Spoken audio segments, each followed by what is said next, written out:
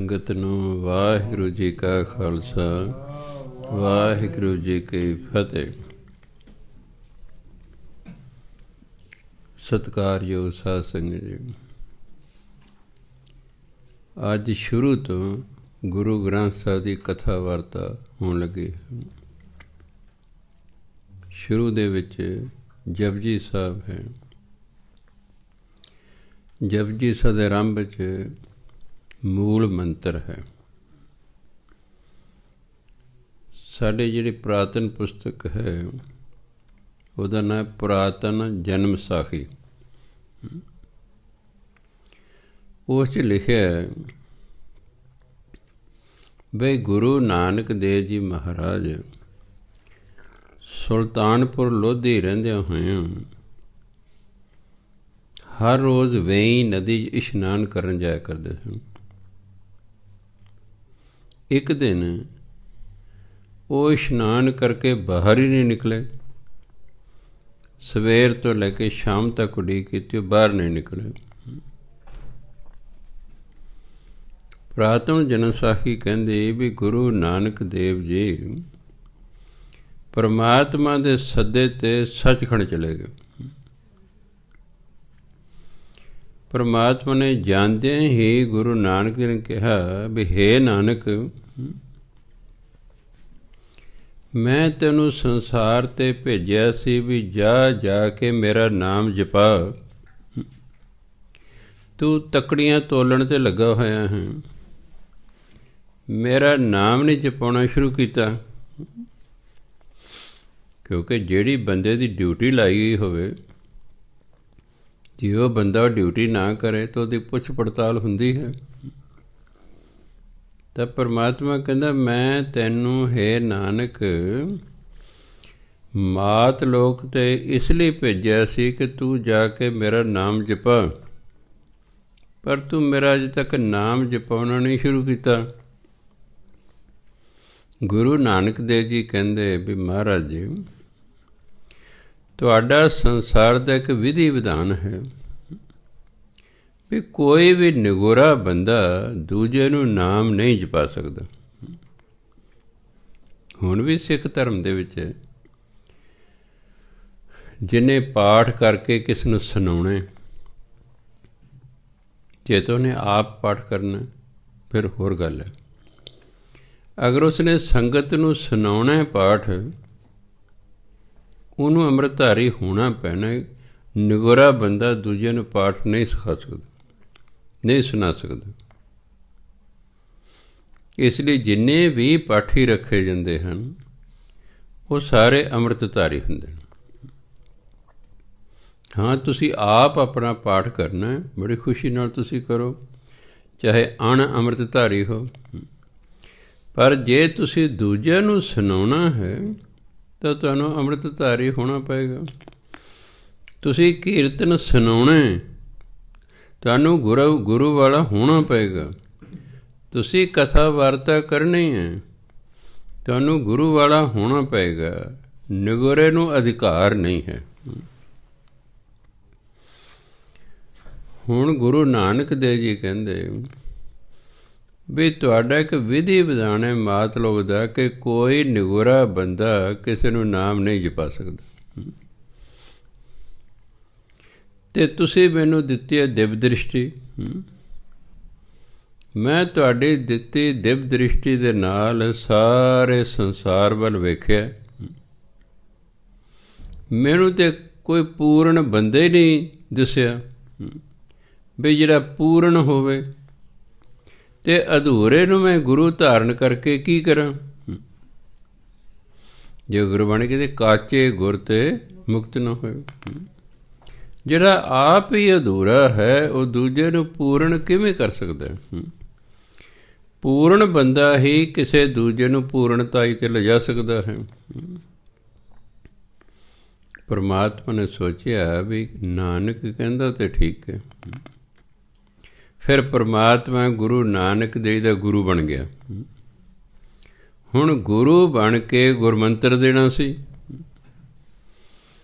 ਆ ਜਿੱਥੋਂ ਸ਼ੁਰੂ ਹੋਇਆ ਨਾ ਜਪਜੀ ਸਾਹਿਬ, ਇੱਕ ਓੰਕਾਰ ਸਤਿਨਾਮ ਕਰਤਾ ਪੁਰਖ ਨਿਰਭਉ ਨਿਰਵੈਰ ਅਕਾਲ ਮੂਰਤ ਅਜੂਨੀ ਸੈਭੰ ਗੁਰ ਪ੍ਰਸਾਦ। ਇਹ ਪ੍ਰਮਾਤਮਾ ਨੇ ਗੁਰੂ ਨਾਨਕ ਦੇਵ ਜੀ ਨੂੰ ਗੁਰਮੰਤਰ ਦਿੱਤਾ।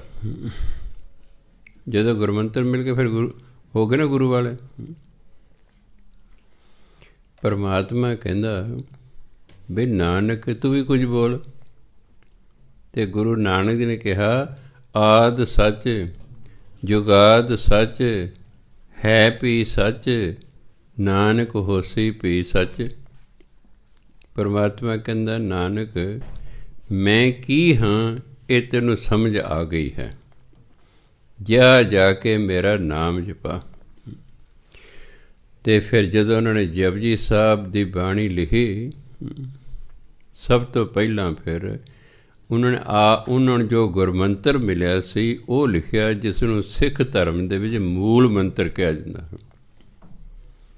ਇਸ ਨੂੰ ਇੱਕ ਓਂਕਾਰ ਤੋਂ ਲੈ ਕੇ ਗੁਰ ਪ੍ਰਸਾਦ ਤੱਕ ਇਸ ਨੂੰ ਮੂਲ ਮੰਤਰ ਕਿਹਾ ਜਾਂਦਾ ਹੈ। ਜਿਹੜੇ ਵਿਦਵਾਨ ਲੋਕ ਹਨ ਕਹਿੰਦੇ ਅਸਲ ਵਿੱਚ ਸਾਰਾ ਗੁਰੂ ਗ੍ਰੰਥ ਸਾਹਿਬ ਇਸ ਮੂਲ ਮੰਤਰ ਦੀ ਹੀ ਵਿਆਖਿਆ ਹੈ। ਇਹਦਾ ਮਤਲਬ ਹੈ ਇਹ ਬਹੁਤ ਇੰਪੋਰਟੈਂਟ ਹੈ।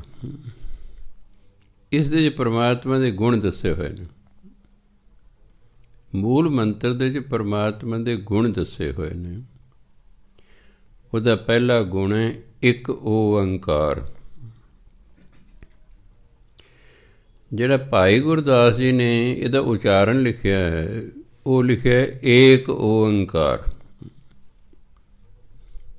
ਸਿੱਖ ਜਗਤ ਦੇ ਵਿੱਚ ਇੱਕ ਓਅੰਕਾਰ ਪ੍ਰਸਿੱਧ ਹੋ ਗਿਆ ਹੈ।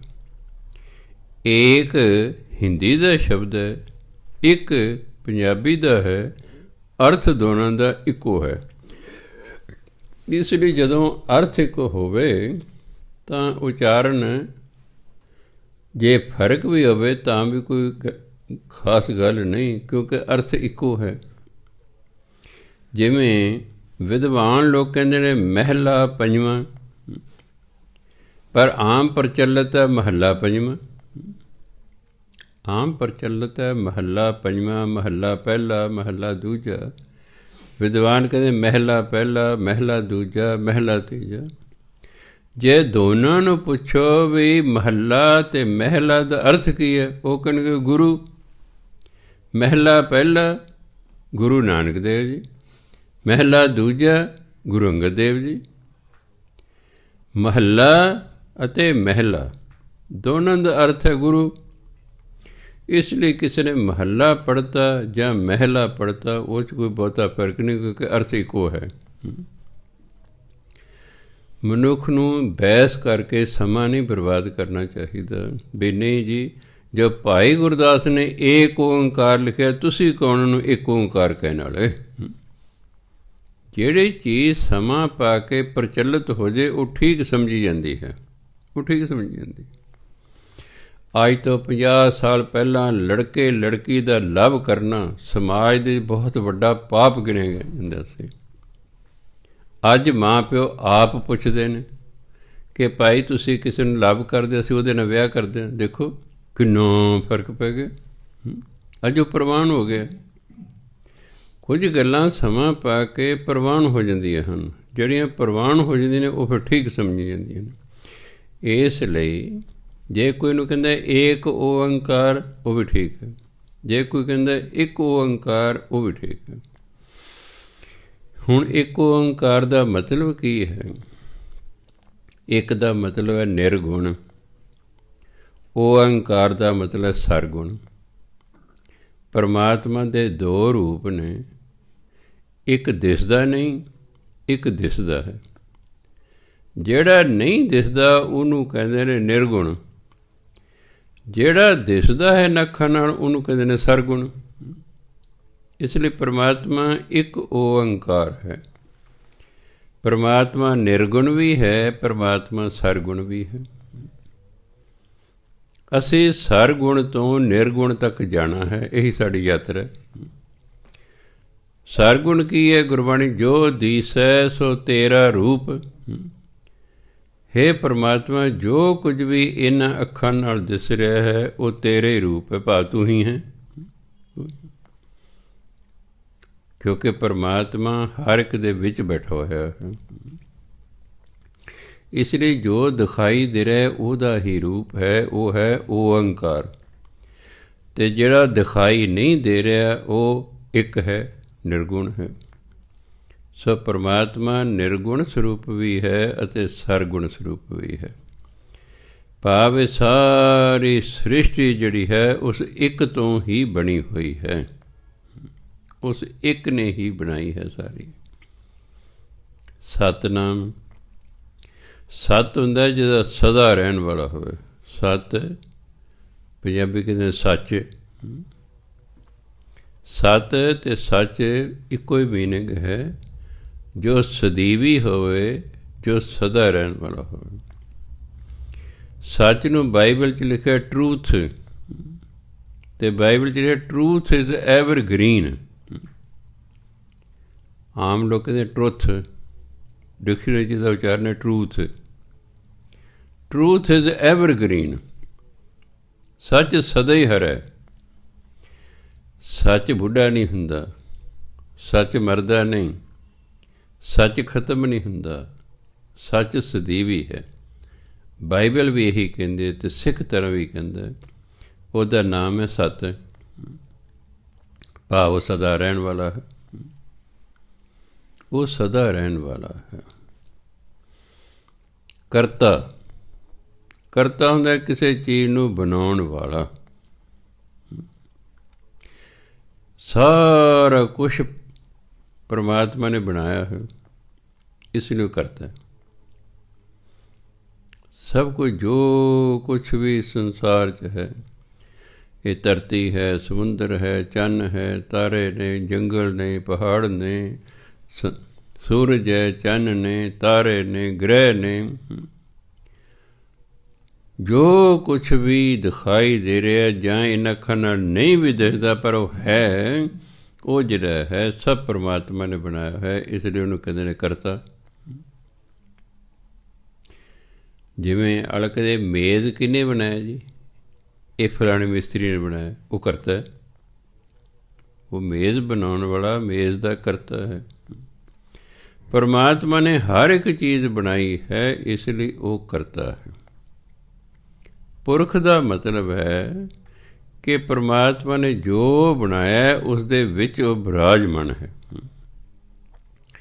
ਕੋਈ ਐਸੀ ਚੀਜ਼ ਨਹੀਂ ਜਿਸ ਦੇ ਵਿੱਚ ਪਰਮਾਤਮਾ ਨਹੀਂ ਵਸਦਾ, ਕਿਉਂਕਿ ਹਰ ਇੱਕ ਚੀਜ਼ ਪਰਮਾਤਮਾ ਦੀ ਬਣਾਈ ਹੋਈ ਹੈ। ਆਮ ਤੌਰ 'ਤੇ ਕਣ ਕਣ ਮੇਂ ਭਗਵਾਨ, ਵੀ ਹਰ ਇੱਕ ਚੀਜ਼ ਦੇ ਵਿੱਚ ਭਗਵਾਨ ਹੈ, ਕਿਉਂਕਿ ਉਹਨੇ ਬਣਾਇਆ ਹੈ। ਜਿਵੇਂ ਕੋਈ ਆਰਟਿਸਟ ਹੈ, ਉਹ ਗੁਰੂ ਨਾਨਕ ਦੀ ਫੋਟੋ ਬਣਾਉਂਦਾ ਹੈ, ਪਰ ਉਹ ਆਰਟਿਸਟ ਜਿਹੜਾ ਹੈ, ਜਿਹੜਾ ਕਲਾਕਾਰ ਹੈ, ਜਿਹਨੇ ਫੋਟੋ ਬਣਾਈ ਹੈ, ਉਹ ਉਸ ਫੋਟੋ ਦੇ ਵਿੱਚ ਨਹੀਂ ਹੈ। ਉਹ ਅੱਡ ਹੈ, ਫੋਟੋ ਅੱਡ ਹੈ। ਇੱਕ ਕਵੀ ਹੈ, ਉਹਨੇ ਕਵਿਤਾ ਲਿਖੀ ਹੈ, ਕਵੀ ਕਵਿਤਾ ਦੇ ਵਿੱਚ ਨਹੀਂ ਹੈ। ਕਵੀ ਸਮਾਂ ਪਾ ਕੇ ਮਰ ਜਾਏਗਾ, ਪਰ ਉਹਦੀ ਕਵਿਤਾ ਤਾਂ ਰਹੇਗੀ। ਹੁਣ ਸਰਦਾਰ ਸੋਭਾ ਸਿੰਘ ਨੇ ਗੁਰੂ ਨਾਨਕ ਦੇਵ ਜੀ, ਗੁਰੂ ਗੋਬਿੰਦ ਸਿੰਘ ਮਹਾਰਾਜ ਜੀ, ਕਈ ਗੁਰੂ ਤੇਗ ਬਹਾਦਰ ਮਹਾਰਾਜ ਜੀ, ਕਈਆਂ ਗੁਰੂਆਂ ਦੀ ਫੋਟੋ ਬਣਾਈ। ਫੋਟੋ ਤਾਂ ਹੈ, ਪਰ ਸੋਭਾ ਸਿੰਘ ਕਦੋਂ ਸੁਰਗਵਾਸ ਹੋ ਗਿਆ ਹੈ। ਪਰ ਪਰਮਾਤਮਾ ਇਸ ਨੂੰ ਨਹੀਂ ਹੈ। ਪਰਮਾਤਮਾ ਨੇ ਜੋ ਬਣਾਇਆ, ਉਹ ਜੋ ਬਣਾਇਆ ਉਹਦੇ ਉਹ ਵਿੱਚ ਹੈ ਅਤੇ ਹਮੇਸ਼ਾ ਰਹੇਗਾ। ਇਹ ਵੀ ਹੈ, ਕਿਉਂਕਿ ਉਹ ਤਾਂ ਸੱਤ ਹੈ, ਉਹ ਤਾਂ ਸਦਾ ਰਹਿਣ ਵਾਲਾ ਹੈ। ਇਸ ਲਈ ਉਹ ਪੁਰਖ ਹੈ, ਕਿਉਂਕਿ ਸਭ ਦੇ ਵਿੱਚ ਬਿਰਾਜਮਾਨ ਹੈ। ਉਹ ਕਰਤਾ ਵੀ ਹੈ, ਉਹ ਸਭ ਕੁਝ ਬਣਾਉਣ ਵਾਲਾ ਵੀ ਹੈ, ਉਹ ਪੁਰਖ ਵੀ ਹੈ। ਜੋ ਕੁਛ ਵੀ ਉਸਨੇ ਬਣਾਇਆ ਉਹਦੇ ਵਿੱਚ ਹੈ। ਉਹ ਤਾਂ ਹੀ ਕਹਿੰਦੇ ਨੇ ਸਾਚੈ ਤੇ ਭਵਨਾ ਭਇਆ, ਪਵਨੈ ਤੇ ਜਲ ਹੋਏ, ਜਲ ਤੇ ਤ੍ਰਿਭਵਨ ਸਾਜਿਆ, ਘਟ ਘਟ ਜੋਤ ਸਮੋਏ। ਹਰ ਇੱਕ ਦੇ ਵਿੱਚ ਉਸਨੇ ਆਪਣੀ ਜੋਤ ਰੱਖੀ ਹੋਈ ਹੈ। ਸਭ ਮਹਿ ਜੋਤ ਜੋਤ ਹੈ ਸੋਏ, ਤਿਸ ਦਾ ਚਾਨਣ ਸਭ ਮੈਂ ਚਾਨਣ ਹੋਏ। ਸੋ ਪਰਮਾਤਮਾ ਨੇ ਜੋ ਕੁਛ ਵੀ ਬਣਾਇਆ, ਪਰਮਾਤਮਾ ਉਹਦੇ ਵਿੱਚ ਹੈ, ਇਸ ਲਈ ਉਹਨੂੰ ਕਹਿੰਦੇ ਨੇ ਪੁਰਖ। ਨਿਰਭਉ, ਭਉ ਹੁੰਦਾ ਡਰ, ਨਿਰਮੈਨੇ ਬਿਨਾਂ, ਉਹਨੂੰ ਕਿਸੇ ਦਾ ਕੋਈ ਡਰ ਨਹੀਂ ਹੈ, ਉਹ ਨਿਰਭਉ ਹੈ। ਡਰ ਆਪਣੇ ਤੋਂ ਤਕੜੇ ਦਾ ਹੁੰਦਾ ਹੈ, ਆਪਣੇ ਬਰਾਬਰ ਵਾਲੇ ਤੋਂ ਵੀ ਡਰ ਹੁੰਦਾ ਹੈ। ਪਰਮਾਤਮਾ ਦੇ ਬਰਾਬਰ ਹੀ ਕੋਈ ਨਹੀਂ। ਪਰਮਾਤਮਾ ਵੱਡਾ ਤਾਂ ਕਿਤੇ ਰਿਹਾ, ਉਹਦੇ ਬਰਾਬਰ ਵੀ ਕੋਈ ਨਹੀਂ ਹੈਗਾ। ਇਸ ਲਈ ਪਰਮਾਤਮਾ ਨੂੰ ਕਿਸੇ ਦਾ ਕੋਈ ਭਉ ਨਹੀਂ ਹੈ, ਉਹ ਨਿਰਭਉ ਹੈ। ਨਿਰਵੈਰ, ਉਹਦਾ ਕਿਸੇ ਨਾਲ ਵੈਰ ਨਹੀਂ, ਕਿਉਂਕਿ ਸਾਰਾ ਕੁਛ ਪਰਮਾਤਮਾ ਨੇ ਬਣਾਇਆ ਹੈ, ਅਤੇ ਆਪਣੀ ਬਣਾਈ ਹੋਈ ਚੀਜ਼ ਨਾਲ ਕਿਵੇਂ ਕੋਈ ਵੈਰ ਰੱਖ ਸਕਦਾ ਹੈ। ਤੁਹਾਡੇ ਬੱਚੇ ਨੇ, ਤੁਹਾਡਾ ਉਹਨਾਂ ਨਾਲ ਵੈਰ ਥੋੜ੍ਹਾ ਹੀ ਹੈ, ਤੁਸੀਂ ਪੈਦਾ ਕੀਤੇ ਨੇ, ਤੁਹਾਡਾ ਉਹਨਾਂ ਨਾਲ ਵੈਰ ਨਹੀਂ ਹੋ ਸਕਦਾ, ਕਿਉਂਕਿ ਤੁਸੀਂ ਪੈਦਾ ਕੀਤੇ ਨੇ ਉਹਨਾਂ ਨੂੰ। ਇਸ ਲਈ ਪਰਮਾਤਮਾ ਨੇ ਹੀ ਤਾਂ ਸਾਰਾ ਕੁਛ ਬਣਾਇਆ, ਇਸ ਲਈ ਤਾਂ ਕਿਸੇ ਨਾਲ ਵੈਰ ਹੀ ਨਹੀਂ ਹੈ, ਵੈਰ ਹੀ ਨਹੀਂ। ਅਕਾਲ ਮੂਰਤ, ਮੂਰਤ ਹੁੰਦਾ ਸਰੂਪ। ਜੇ ਆਪਾਂ ਕਹਿੰਦੇ ਪਰਮਾਤਮਾ ਦੋ ਸਰੂਪ ਨੇ, ਇੱਕ ਨਿਰਗੁਣ, ਇੱਕ ਸਰਗੁਣ। ਉਹਦਾ ਜਿਹੜਾ ਸਰੂਪ ਹੈ ਉਹ ਅਕਾਲ ਹੈ, ਉਸ 'ਤੇ ਸਮੇਂ ਦਾ ਅਸਰ ਨਹੀਂ। ਕਾਲ ਮੈਨੇ ਸਮਾਂ, ਉਹਦੇ ਸਰੂਪ 'ਤੇ ਸਮੇਂ ਦਾ ਕੋਈ ਅਸਰ ਨਹੀਂ। ਸਾਡੇ 'ਤੇ ਸਮੇਂ ਦਾ ਅਸਰ ਹੈ ਕਿ ਅਸੀਂ ਪਹਿਲਾਂ ਪੈਦਾ ਹੋਏ, ਫਿਰ ਜੋ ਛੋਟੇ ਬੱਚੇ ਸੀ, ਫਿਰ ਜਵਾਨ ਹੋਏ, ਫਿਰ ਬੁੱਢੇ ਹੋਏ, ਫਿਰ ਕਦੇ ਮਰ ਵੀ ਜਾਵਾਂਗੇ। ਅਸੀਂ ਕਾਲ ਦੇ ਅਧੀਨ ਹਾਂ, ਅਸੀਂ ਸਮੇਂ ਦੇ ਅਧੀਨ ਹਾਂ। ਪਰਮਾਤਮਾ ਸਮੇਂ ਦੇ ਅਧੀਨ ਨਹੀਂ ਹੈ, ਉਸ 'ਤੇ ਸਮੇਂ ਦਾ ਕੋਈ ਅਸਰ ਨਹੀਂ ਹੈ। ਉਹ ਸਮੇਂ ਨਾਲ ਬੁੱਢਾ ਨਹੀਂ ਹੁੰਦਾ ਹੈ, ਨਾ ਉਹ ਬਾਲਾ, ਨਾ ਉਹ ਬੁੱਢਾ, ਨਾ ਉਹ ਬਾਲਾ। ਉਹ ਤਾਂ ਸਦਾ ਹੀ ਜਵਾਨ ਹੈ, ਉਹ ਸਦਾ ਹੀ ਇਕਸਾਰ ਹੈ, ਉਹ ਬਦਲਦਾ ਨਹੀਂ ਹੈ। ਬਦਲਦਾ ਕੌਣ ਹੈ? ਜਿਸ 'ਤੇ ਸਮੇਂ ਦਾ ਅਸਰ ਹੁੰਦਾ ਹੈ। ਪਰਮਾਤਮਾ ਦੇ ਸਮੇਂ ਦਾ ਅਸਰ ਹੀ ਕੋਈ ਨਹੀਂ, ਇਸ ਲਈ ਉਹ ਬਦਲਦਾ ਹੀ ਨਹੀਂ ਹੈ। ਉਹ ਅਕਾਲ ਮੂਰਤ ਹੈ, ਉਹਦਾ ਸਰੂਪ ਸਮੇਂ ਦੇ ਅਸਰ ਅਧੀਨ ਨਹੀਂ ਹੈ, ਉਸ 'ਤੇ ਸਮੇਂ ਦਾ ਕੋਈ ਅਸਰ ਨਹੀਂ ਹੈ। ਅਜੂਨੀ, ਪਰਮਾਤਮਾ ਅਜੂਨੀ ਹੈ। ਅਸੀਂ ਤਾਂ ਜੂਨੀਆਂ 'ਚ ਪੈਣੇ, ਜੰਮਦੇ ਮਰਦੇ ਹਨ। ਅਸੀਂ ਤਾਂ ਜੰਮਦੇ ਮਰਦੇ ਹਾਂ, ਕਦੇ ਕਿਸੇ ਜੂਨੀ 'ਚ, ਕਦੇ ਕਿਸੇ ਜੂਨੀ 'ਚ ਪੈਂਦੇ। ਪਰਮਾਤਮਾ ਅਜੂਨੀ ਹੈ, ਉਹ ਜੰਮਦਾ ਹੀ ਨਹੀਂ। ਜੰਮੇਗਾ ਤਾਂ ਕਿਸੇ ਜੂਨੀ 'ਚ ਆਏਗਾ ਨਾ, ਜੋ ਜੰਮੇਗਾ ਤਾਂ ਹੀ ਕਿਸੇ ਜੂਨੀ 'ਚ ਆਵੇਗਾ। ਅਤੇ ਫਿਰ ਜਿਹੜਾ ਜੰਮੇਗਾ ਮਰੇਗਾ ਵੀ, ਅਤੇ ਪਰਮਾਤਮਾ ਦੇ ਸਮੇਂ ਦਾ ਅਸਰ ਹੀ ਕੋਈ ਨਹੀਂ। ਇਸ ਲਈ ਪਰਮਾਤਮਾ ਅਜੂਨੀ ਹੈ, ਉਹ ਜੂਨੀਆਂ ਵਿੱਚ ਨਹੀਂ ਪੈਂਦਾ, ਉਹ ਜੰਮਦਾ ਮਰਦਾ ਨਹੀਂ ਹੈ। ਸਹਿ ਭੰਗ, ਸਹਿ ਭੰਗ ਦਾ ਮਤਲਬ ਜੋ ਆਪਣੇ ਆਪ ਤੋਂ ਹੈ, ਉਹਨੂੰ ਕਿਸੇ ਨਹੀਂ ਪੈਦਾ ਕੀਤਾ। ਉਹਦਾ ਪ੍ਰਕਾਸ਼ ਕਿਸੇ ਤੋਂ ਨਹੀਂ ਹੋਇਆ, ਉਹ ਸਵੈ ਪ੍ਰਕਾਸ਼ਿਤ ਹੈ, ਉਹ ਆਪਣੇ ਆਪ ਤੋਂ ਹੈ। ਇਹ ਅਜੇ ਬੁਝਾਰਤ ਬਣੀ ਹੋਈ ਹੈ ਕਿ ਕੋਈ ਚੀਜ਼ ਆਪਣੇ ਆਪ ਤੋਂ ਕਿਵੇਂ ਹੋ ਸਕਦੀ ਹੈ।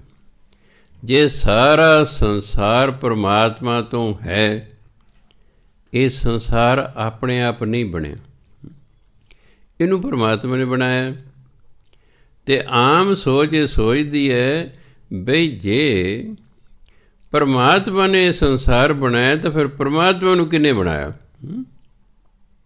ਪਰਮਾਤਮਾ ਨੂੰ ਕਿਹਨੇ ਬਣਾਇਆ? ਜਦੋਂ ਗੁਰੂ ਨਾਨਕ ਦੇਵ ਜੀ ਇਰਾਕ ਦੀ ਰਾਜਧਾਨੀ ਬਗਦਾਦ ਪਹੁੰਚੇ,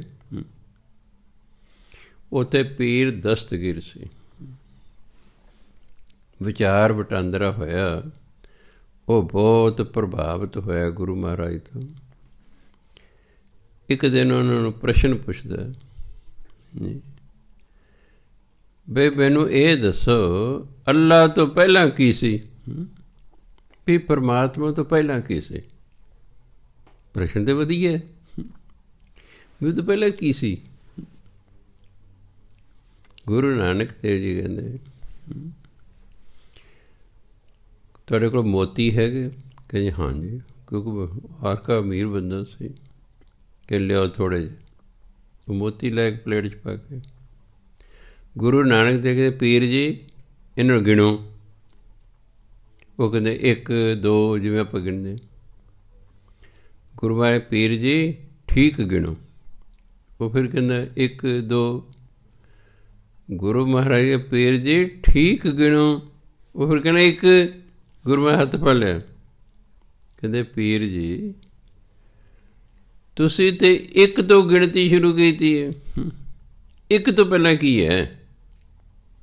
ਪੀਰ ਕਹਿੰਦੇ 1 ਤੋਂ ਪਹਿਲਾਂ ਤਾਂ ਕੁਛ ਨਹੀਂ ਹੁੰਦਾ। ਕਹਿੰਦੇ ਬਸ ਅੱਲਾ ਤੋਂ ਵੀ ਪਹਿਲਾਂ ਕੁਛ ਨਹੀਂ ਸੀ। ਇਹ ਜੋ ਕੁਛ ਹੋਇਆ ਉਸ ਇੱਕ ਅੱਲਾ ਤੋਂ ਹੀ ਹੋਇਆ ਹੈ, ਉਦੋਂ ਪਹਿਲਾਂ ਕੁਛ ਨਹੀਂ ਸੀ। ਚਲੋ ਤਾਂ ਮੰਨ ਲਿਆ ਉਸ ਤੋਂ ਪਹਿਲਾਂ ਕੁਛ ਨਹੀਂ ਸੀ। ਪਰ ਆਮ ਪ੍ਰਸ਼ਨ ਇਹ ਪੁੱਛਦੇ ਲੋਕ ਵੀ ਅੱਲਾ ਨੂੰ ਕਿਸ ਨੇ ਬਣਾਇਆ, ਰੱਬ ਨੂੰ ਕਿਸ ਨੇ ਬਣਾਇਆ? ਜੇ ਪੀਰ ਇਹ ਪੁੱਛਦਾ ਕਿ ਠੀਕ ਹੈ ਅੱਲਾ ਨੇ ਸਾਰਾ ਸੰਸਾਰ ਬਣਾਇਆ, ਅੱਲਾ ਨੂੰ ਕਿਸ ਨੇ ਬਣਾਇਆ? ਸਿਰਫ ਇਹ ਕਹਿ ਦੇਣਾ ਕਿ ਅੱਲਾ ਆਪਣੇ ਆਪ ਤੋਂ ਹੈ, ਆਮ ਬੰਦੇ ਤਸੱਲੀ ਨਹੀਂ ਹੁੰਦੇ। ਠੀਕ ਹੈ, ਅਸੀਂ ਗੁਰੂ ਦੇ ਸਿੱਖ ਹਾਂ। ਗੁਰੂ ਮਹਾਰਾਜ ਸਾਨੂੰ ਜੋ ਕਿਹਾ ਸੀ ਉਸਨੂੰ ਸੱਚ ਮੰਨ ਲਿਆ। ਸਿੱਖ ਦਾ ਫਰਜ਼ ਬਣਦਾ ਕਿ ਗੁਰੂ ਮਹਾਰਾਜ ਜੋ ਕਹਿ ਰਹੇ ਨੇ ਉਹ ਸੱਚ ਕਹਿ ਰਹੇ ਨੇ, ਕਿਉਂਕਿ ਆਪ ਕਹਿੰਦੇ ਸੱਚ ਕੀ ਬਾਣੀ ਨਾਨਕ ਆਖੈ, ਸੱਚ ਸੁਣਾਏ ਸੀ ਸੱਚ ਕੀ ਮਿਲ। ਅੱਜ ਜਿਹੜਾ ਲਿਖਾਰੀ ਹੈ, ਕਵੀ ਹੈ, ਲਿਖਾਰੀ ਹੈ, ਉਹ ਪਹਿਲਾਂ ਸੋਚਦਾ ਹੈ ਫਿਰ ਲਿਖਦਾ, ਕਿਉਂਕਿ ਕੁਝ ਉਹਦੇ ਆਪਣੇ ਵਿਚਾਰ ਹੁੰਦੇ ਨੇ, ਕੁਝ ਦੂਜੇ ਵਿਦਵਾਨਾਂ ਦੀਆਂ ਕਿਤਾਬਾਂ ਪੜ੍ਹ ਪੜ੍ਹ ਕੇ ਉਹਨੇ ਵਿਚਾਰ ਹਾਸਲ ਕੀਤੇ ਹੁੰਦੇ ਨੇ, ਫਿਰ ਉਹ ਲਿਖਦਾ। ਪਰ ਗੁਰੂ ਨਾਨਕ ਦੇ ਸਾਰੇ ਗੁਰੂਆਂ ਨੇ ਸੋਚ ਕੇ ਨਹੀਂ ਲਿਖਿਆ। ਉਹ ਤਾਂ ਉਹਨਾਂ ਨੂੰ ਬਾਣੀ ਆਈ ਗਈ, ਉਹ ਉਸੇ ਵੇਲੇ ਉਸ ਨੂੰ ਲਿਖਦੇ ਗਏ। ਤਾਂ ਹੀ ਕਹਿੰਦੇ ਮਰਦਾਨਾ ਜੀ ਰਬਾਬ ਵਜਾਓ ਬਾਣੀ ਆਈ ਹੈ। ਇਹਨੂੰ ਕਹਿੰਦੇ ਇਲਹਾਮ। ਮੁਸਲਮਾਨ ਇਸ ਨੂੰ ਇਲਹਾਮ ਕਹਿੰਦੇ ਨੇ, ਵੀ ਤੁਰ ਦਰਗਾਹ ਤੋਂ ਜਿਹੜਾ ਆ ਰਹੀ ਚੀਜ਼। ਮੁਹੰਮਦ ਸਾਹਿਬ ਵੀ ਲਿਖਦੇ ਨੇ, ਕਹਿੰਦੇ ਮੈਂ ਕਈ ਵਾਰੀ ਅੱਲਾ ਦੀ ਯਾਦ 'ਚ ਬੈਠਾ ਹੁੰਦਾ ਸੀ, ਅੱਖਾਂ ਬੰਦ ਨੇ, ਮੈਨੂੰ ਆਕਾਸ਼ ਦੇ ਵਿੱਚ ਇੱਕ ਲੰਮੀ ਸਾਰੀ ਫੱਟੀ ਵਿਖਾਈ ਦਿੰਦੀ ਸੀ, ਉਸ ਦੇ ਉੱਤੇ ਆਇਤ ਲਿਖੀ ਹੁੰਦੀ ਸੀ, ਜਿਹਨੂੰ ਆਪਾਂ ਸ਼ਲੋਕ ਕਹਿੰਦੇ।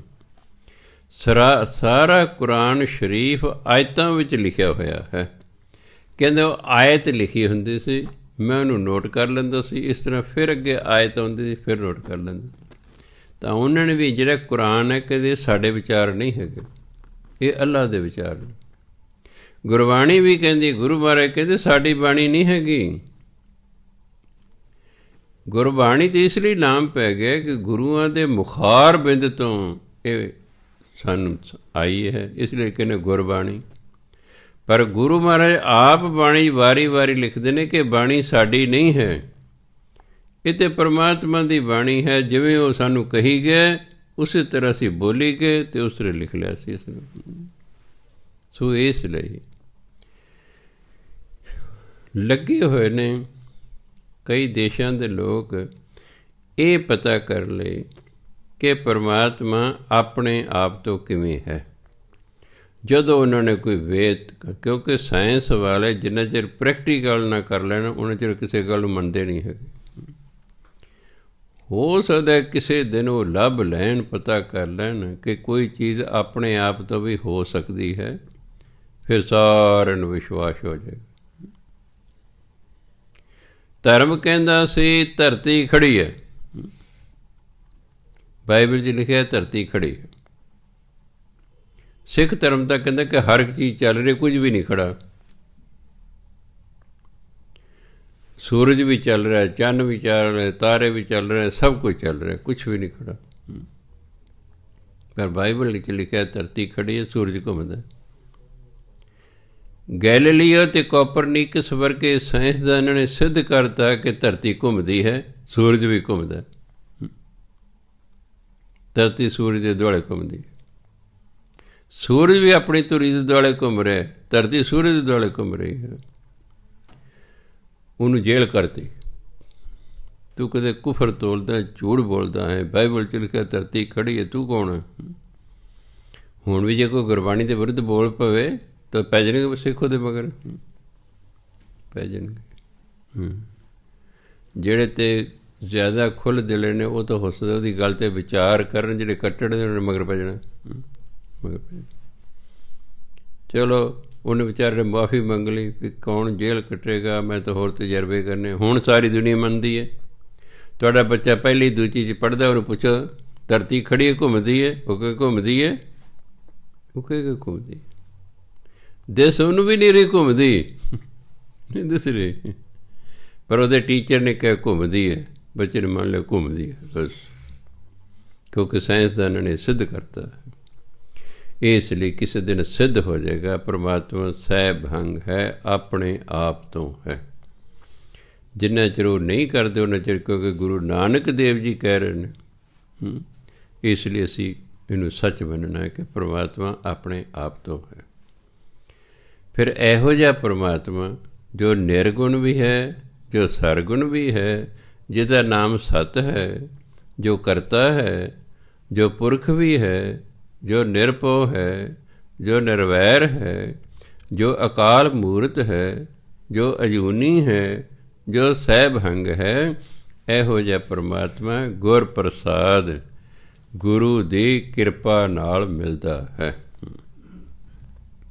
ਇਹੋ ਜਿਹਾ ਪਰਮਾਤਮਾ ਗੁਰੂ ਦੀ ਕਿਰਪਾ ਨਾਲ ਮਿਲਦਾ। ਜੇ ਕਿਤੇ ਨਿਰੇ ਲਿਖਿਆ ਨਾ ਪਰਮਾਤਮਾ ਦਾ ਨਾਮ ਜਪਣ ਨਾਲ ਮਿਲਦਾ, ਫਿਰ ਤਾਂ ਬੜੀ ਮੌਜ ਹੋ ਜਾਣੀ ਸੀ। ਫਿਰ ਸੰਸਾਰ 'ਚ ਸਭ ਗੁਰੂ ਘਰ ਖਤਮ ਹੋ ਜਾਣੇ ਸਨ। ਫਿਰ ਕਿਸੇ ਵੀ ਪਰਮਾਤਮਾ ਨੂੰ ਕਿਸੇ ਵੀ ਨਾਮ ਨਾਲ ਯਾਦ ਕੀਤਾ ਜਾ ਸਕਦਾ ਹੈ। ਪਰ ਆਹ ਜਿਹੜਾ ਗਿਆਨ ਹੋਇਆ ਸਾਨੂੰ, ਇਹ ਵੀ ਤਾਂ ਉਹਨਾਂ ਰਿਸ਼ੀਆਂ, ਮੁਨੀਆਂ, ਪੀਰਾਂ, ਪੈਗੰਬਰਾਂ, ਅਵਤਾਰਾਂ ਨੇ ਦਿੱਤਾ ਹੈ, ਜਿਨ੍ਹਾਂ ਦਾ ਮੇਲ ਪਰਮਾਤਮਾ ਨਾਲ ਹੋਇਆ। ਉਹਨਾਂ ਹੀ ਗਿਆਨ ਸਾਰਾ ਦਿੱਤਾ। ਅਤੇ ਉਹਨਾਂ ਨੇ ਫਿਰ ਇਹ ਵੀ ਲਿਖਿਆ ਕਿ ਭਾਈ ਜੇ ਤੁਸੀਂ ਪਰਮਾਤਮਾ ਨੂੰ ਪ੍ਰਾਪਤ ਕਰਨਾ ਤਾਂ ਤੁਹਾਡੇ 'ਤੇ ਗੁਰੂ ਦੀ ਕਿਰਪਾ ਚਾਹੀਦੀ ਹੈ। ਅਤੇ ਗੁਰੂ ਦੀ ਕਿਰਪਾ ਤਾਂ ਹੀ ਹੋਏਗੀ ਜੇ ਅਸੀਂ ਗੁਰੂ ਵਾਲੇ ਹੋਵਾਂਗੇ।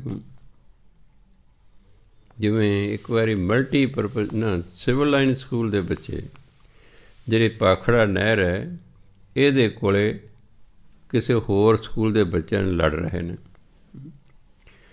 ਹਰ ਸਕੂਲ ਦੀ ਆਪਣੀ ਵਰਦੀ ਹੁੰਦੀ ਹੈ। ਕੁਦਰਤੀ ਸਿਵਲ ਲਾਈਨ ਸਕੂਲ ਦੀ ਜਿਹੜੀ ਪ੍ਰਿੰਸੀਪਲ ਸੀ ਉਸ ਵੇਲੇ, ਉਹ ਕੁਝ ਟੀਚਰਾਂ ਦੇ ਨਾਲ ਨਾਭੇ ਜਾ ਰਹੇ ਸੀ ਸੀਓ ਨੂੰ ਮਿਲਣ। ਉਹਨੇ ਦੇਖਿਆ ਵੀ ਤਾਂ ਸਾਡੇ ਸਕੂਲ ਦੇ ਬੱਚੇ ਨੂੰ ਕੁੱਟ ਰਹੇ ਨੇ, ਵਰਦੀ ਪਹਿਚਾਣ ਲਈ। ਉਹ ਕਹਿੰਦੇ ਕਾਰ ਰੁਕਿਓ। ਕਾਰ ਰੋਕਦੀ। ਟੀਚਰ ਨੇ ਕਹਿੰਦਾ ਦੇਖੋ ਜਰਾ। ਜਦ ਟੀਚਰ ਉਤਰੇ ਬਾਹਰ ਤਾਂ ਜਿਹੜੇ ਕੁੱਟ ਰਹੇ ਬੱਚੇ ਭੱਜ ਗਏ ਵੀ ਇਹਦਾ ਟੀਚਰ ਆ ਗਿਆ। ਇਹ ਟੀਚਰ ਆ ਗਿਆ। ਟੀਚਰਾਂ ਦੀ ਕਿਰਪਾ ਹੋਈ ਤਾਂ ਉਹਦਾ ਖੜਾ ਛੁੱਟਿਆ। ਤਾਂ ਨਹੀਂ ਤਾਂ ਉਹਨੂੰ ਕੁੱਟ ਪਈ ਦੇ। ਮੰਨ ਨੇ ਵਰਦੀ ਨਾ ਪਾਈ ਹੁੰਦੀ, ਅਗਲਾ ਲੰਘ ਪਤਾ ਨਹੀਂ ਕੌਣ ਹੈ ਕੌਣ ਨਹੀਂ ਹੈ। ਵਰਦੀ ਤਾਂ ਪਹਿਚਾਣ ਨਾ ਗਈ ਸਾਡੇ ਸਕੂਲ ਦਾ ਹੈ, ਕਿਉਂਕਿ ਸਾਡੇ ਸਕੂਲ ਦਾ ਹੈ ਅਤੇ ਉਹਦੀ ਫਿਰ ਰੱਖਿਆ ਕਰਨਾ ਸਾਡਾ ਫਰਜ਼ ਬਣਦਾ ਹੈ। ਇਸ ਤਰ੍ਹਾਂ ਅਗਰ ਉਹ ਸਕੂਲ ਦੇ ਵਿਦਿਆਰਥੀ ਨਾ ਹੁੰਦੇ, ਠੀਕ ਹੈ, ਫਿਰ ਉਹਨੂੰ ਕਿਹਨੇ ਛੱਡਣਾ? ਲੜਦੇ ਲੜ ਜਾਓ, ਇੱਥੇ ਬਥੇਰੀ ਦੁਨੀਆ ਲੜੀ ਜਾਂਦੀ। ਉਹਨਾਂ 'ਤੇ ਕਿਰਪਾ ਕਿਉਂ ਹੋਈ? ਕਿਉਂਕਿ ਉਹਨੇ ਸਕੂਲ ਦੀ ਵਰਦੀ ਪਾ ਰਹੀ ਸੀ, ਉਹ ਸਕੂਲ ਦੇ ਵਿਦਿਆਰਥੀ ਸਨ। ਇਸੇ ਤਰ੍ਹਾਂ ਜਦੋਂ ਅਸੀਂ ਗੁਰੂ ਵਾਲੇ ਹੋਵਾਂਗੇ ਫਿਰ ਹੀ ਗੁਰੂ ਮਹਾਰਾਜ ਸਾਡੇ 'ਤੇ ਕਿਰਪਾ ਕਰਨਗੇ ਕਿ ਇਹ ਮੇਰਾ ਸਿੱਖ ਹੈ। ਤਾਂ ਹੀ ਕਹਿੰਦੇ ਮੇਰਾ ਸਿੱਖ ਹੈ। ਜੇ ਅਸੀਂ ਗੁਰੂ ਧਾਰਨ ਕਰਾਂਗੇ ਤਾਂ ਫਿਰ ਕਿਰਪਾ ਹੋਏਗੀ। ਇਸ ਲਈ ਪਰਮਾਤਮਾ ਦੀ ਪ੍ਰਾਪਤੀ ਗੁਰ ਪ੍ਰਸਾਦ ਨਾਲ ਹੁੰਦੀ ਹੈ, ਗੁਰੂ ਦੀ ਕਿਰਪਾ ਨਾਲ ਹੁੰਦੀ ਹੈ। ਪ੍ਰਸਾਦ ਹਿੰਦੀ ਦਾ ਸ਼ਬਦ ਹੈ, ਦੱਦੇ ਨੂੰ ਸਿਹਾਰੀ ਇਸ ਲਈ ਲੱਗੀ ਕਿਰਪਾ ਨਾਲ। ਗੁਰ ਰਾਰੇ ਨੂੰ ਔਂਕੜ ਕੱਢ ਦਿੱਤਾ ਗਿਆ ਕਿ ਮਗਰ ਸੰਬੰਧਕਾਰ ਹੈ ਗੁਰੂ ਦੀ। ਜੋ ਦਾ ਦੇ ਦੀ ਨੂੰ ਨੇ ਨੀ ਮਗਰ ਅਰਥ ਆਵੇ ਉਦੋਂ ਹੇਠੋਂ ਔਂਕੜ ਕੱਢ ਜਾਂਦਾ ਹੈ। ਗੁਰ ਪ੍ਰਸਾਦ ਗੁਰੂ ਦੀ ਕਿਰਪਾ ਨਾਲ ਇਹ ਪਰਮਾਤਮਾ ਦੀ ਪ੍ਰਾਪਤੀ ਹੁੰਦੀ ਹੈ। ਅੱਗੇ ਹੈ ਜਪ। ਇਹ ਬਾਣੀ ਦਾ ਨਾਮ। ਪੁਰਾਣੇ ਜ਼ਮਾਨੇ 'ਚ ਜਿਹੜੇ ਹੈਡਿੰਗ ਹੁੰਦੇ ਸਨ ਉਹ ਇਹ 2-2 ਲਾਈਨਾਂ ਦੇ ਵਿੱਚ ਰੱਖੇ ਜਾਂਦੇ ਸਨ। ਪਹਿਲਾਂ ਵੀ 2 ਲਾਈਨਾਂ, ਮਗਰ ਵੀ 2 ਲਾਈਨਾਂ। ਅੱਜ ਕੱਲ੍ਹ ਇੱਕੋ ਡੰਡੀ ਹੁੰਦੀ ਹੈ। ਪੁਰਾਣੇ ਜ਼ਮਾਨੇ 2 ਡੰਡੀਆਂ ਲਾਇਆ ਕਰਦੇ ਸਨ। ਸਾਰੀ ਗੁਰਬਾਣੀ ਜੀ ਜਿੱਥੇ ਵੀ 2-2 ਡੰਡੀਆਂ ਲੱਗੀਆਂ ਹੋਈਆਂ। ਇਹ ਜਪ ਦੇ ਅੱਗੇ ਵੀ ਲੱਗੀ ਹੈ, ਪਿੱਛੇ ਵੀ ਲੱਗੀ ਹੈ, ਵੀ ਇਹ ਹੈਡਿੰਗ ਹੈ ਬਾਣੀ ਦਾ। ਬਾਣੀ ਦਾ ਨਾਮ ਹੈ ਜਪ। ਸਮਾਂ ਪਾ ਕੇ ਲੋਕਾਂ ਨੇ ਸਤਿਕਾਰ ਵਜੋਂ ਲਾਇਆ ਜੀ।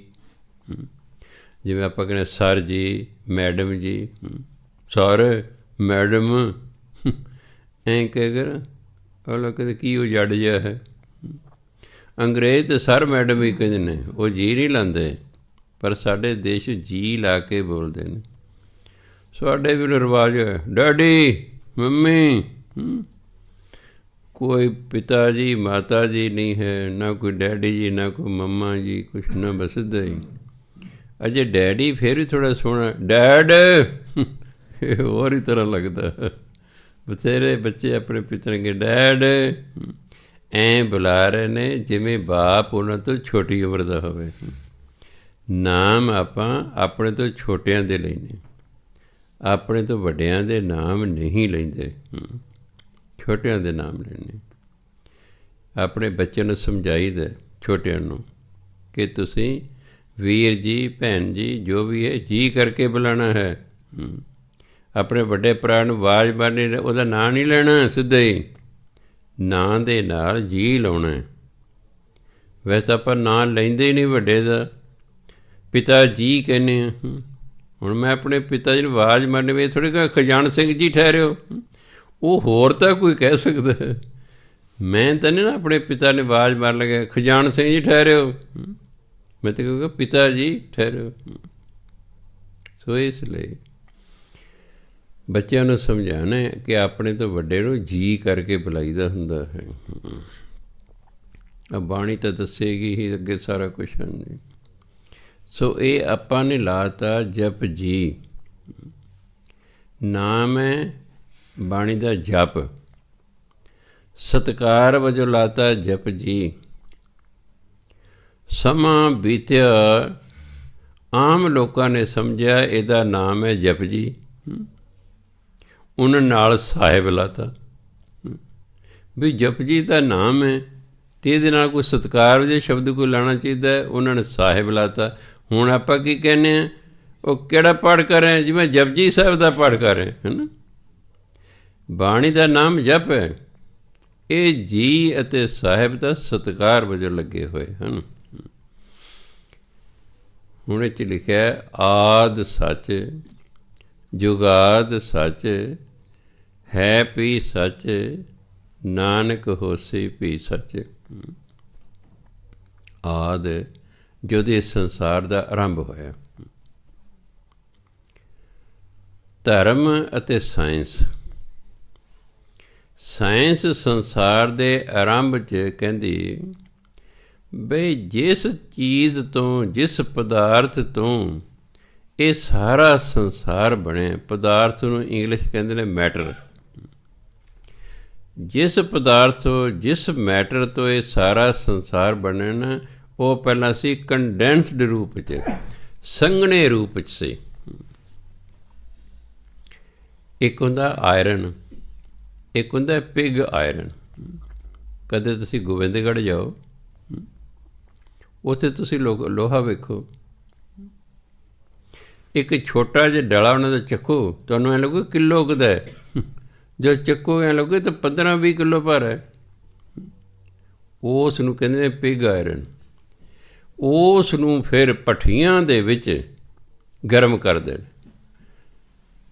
1100 ਵਾਟ ਤੱਕ, ਇੱਦੋਂ ਵੀ ਵੱਧ ਵਾਟ 'ਤੇ ਉਹਨੂੰ ਸਾਰਾ ਪਿਘਲਾ ਲੈਂਦੇ ਨੇ। ਉਸਨੂੰ ਸਾਰਾ ਲੋਹਾ ਪਾਣੀ ਬਣ ਜਾਂਦਾ ਹੈ। ਉਸ ਤੋਂ ਫਿਰ ਸਰੀਏ ਬਣਾ, ਗਾਡਰ ਬਣਾ, ਜੋ ਮਰਜ਼ੀ ਉਸ ਤੋਂ ਬਣਾ। ਇੱਕ ਛੋਟੇ ਜਿਹੇ ਟੁਕੜੇ ਤੋਂ ਹੀ ਕਿੰਨਾ ਕੁਛ ਬਣ ਸਕਦਾ ਹੈ, ਕਿਉਂਕਿ ਉਹ ਕੰਡੈਂਸਡ ਰੂਪ ਵਿੱਚ ਹੈ। ਇੱਕ ਵਾਰੀ ਜੋ ਸ਼ੁਰੂ 'ਚ ਮੈਂ ਦੇਖਿਆ, ਮੈਨੂੰ ਇਸੇ ਨਾਲ ਗੱਲਾਂ ਦਾ ਪਤਾ, ਮੈਂ ਦੇਖਿਆ ਵੀ 10-15 ਗਾਰਡਰ ਜੇ ਵਿੱਚ ਪਏ ਨੇ ਟਰੱਕ ਦੇ ਵਿੱਚ, ਅਤੇ ਟਰੱਕ ਦਾ ਤਾਂ ਬੜਾ ਜ਼ੋਰ ਲੱਗ ਰਿਹਾ ਹੈ। ਸੜਕ 'ਤੇ ਜਾ ਰਿਹਾ ਸੀ ਹੈ ਵੀ ਜਿਵੇਂ ਬੜਾ ਭਾਰ ਹੁੰਦਾ, ਅਤੇ ਮੈਨੂੰ ਭਰਾ ਨੇ ਦੱਸਿਆ ਇਹ ਜਿਹੜਾ ਇਹਦੇ 'ਚ ਲੋਹਾ ਹੈ ਨਾ ਉੱਧਰੋਂ ਆਇਆ ਬੰਗਾਲ ਬਿਹਾਰ ਵੱਲੋਂ, ਜਿੱਧਰ ਲੋਹੇ ਦੀ ਖਾਣਾਂ ਨੇ। ਇਹ ਤਾਂ ਇਹ ਜਿਹੜਾ ਤੂੰ ਲੋਹਾ ਰੋਜ਼ ਵੇਖਦਾ ਹੈ ਇਹ ਇਸੇ ਤੋਂ ਅੱਗੇ ਬਣੂਗਾ। ਹਾਂ, ਇਹ ਸੰਘਣੇ ਰੂਪ 'ਚ, ਜਿਹਨੂੰ ਇੱਕ ਕੰਡੈਂਸਡ ਰੂਪ 'ਚ। ਸਾਇੰਸ ਕਹਿੰਦੀ ਹੈ ਵੀ ਜਿਹੜਾ ਮਾਦਾ ਜਿਸ ਤੋਂ ਸਾਰਾ ਸੰਸਾਰ ਬਣਿਆ ਇਹ ਕੰਡੈਂਸਡ ਰੂਪ ਵਿੱਚ ਸੀ। ਅੱਜ ਤੋਂ ਕਰੋੜਾਂ ਸਾਲ ਪਹਿਲਾਂ ਇੱਕ ਧਮਾਕਾ ਹੋਇਆ ਉਸ ਮਾਦੇ ਦੇ ਵਿੱਚ, ਜਿਹਨੂੰ ਸਾਇੰਸ ਵਾਲੇ ਨਾਮ ਦਿੱਤਾ ਹੈ ਬਿਗ ਬੈਂਗ। ਕਹਿੰਦੇ ਬਿਗ ਬੈਂਗ ਹੋਇਆ ਅਤੇ ਉਹ ਜਿਹੜਾ ਮਾਦਾ ਸੀ ਕੰਡੈਂਸਡ ਰੂਪ ਦੇ ਵਿੱਚ ਉਹ ਕਹਿੰਦੇ ਖਿੰਡ ਗਿਆ ਅਤੇ ਉਹਦੀ ਬਣ ਗਈ ਗੈਸ।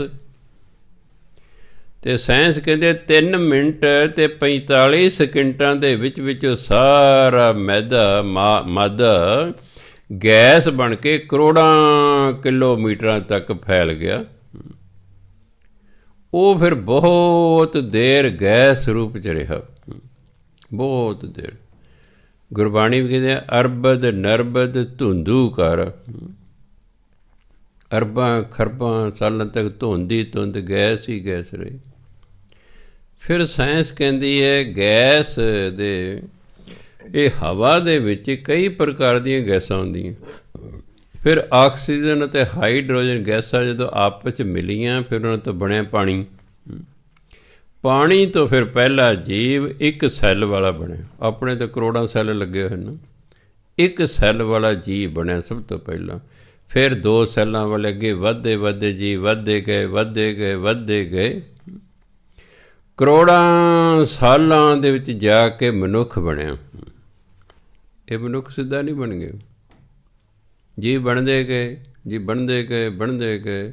ਉਹਨਾਂ ਦੇ ਵਿੱਚ ਤਰੱਕੀ ਹੁੰਦੀ ਗਈ ਅਤੇ ਕਰੋੜਾਂ ਸਾਲਾਂ ਬਾਅਦ ਇਹ ਅੱਜ ਦਾ ਮਨੁੱਖ ਬਣਿਆ।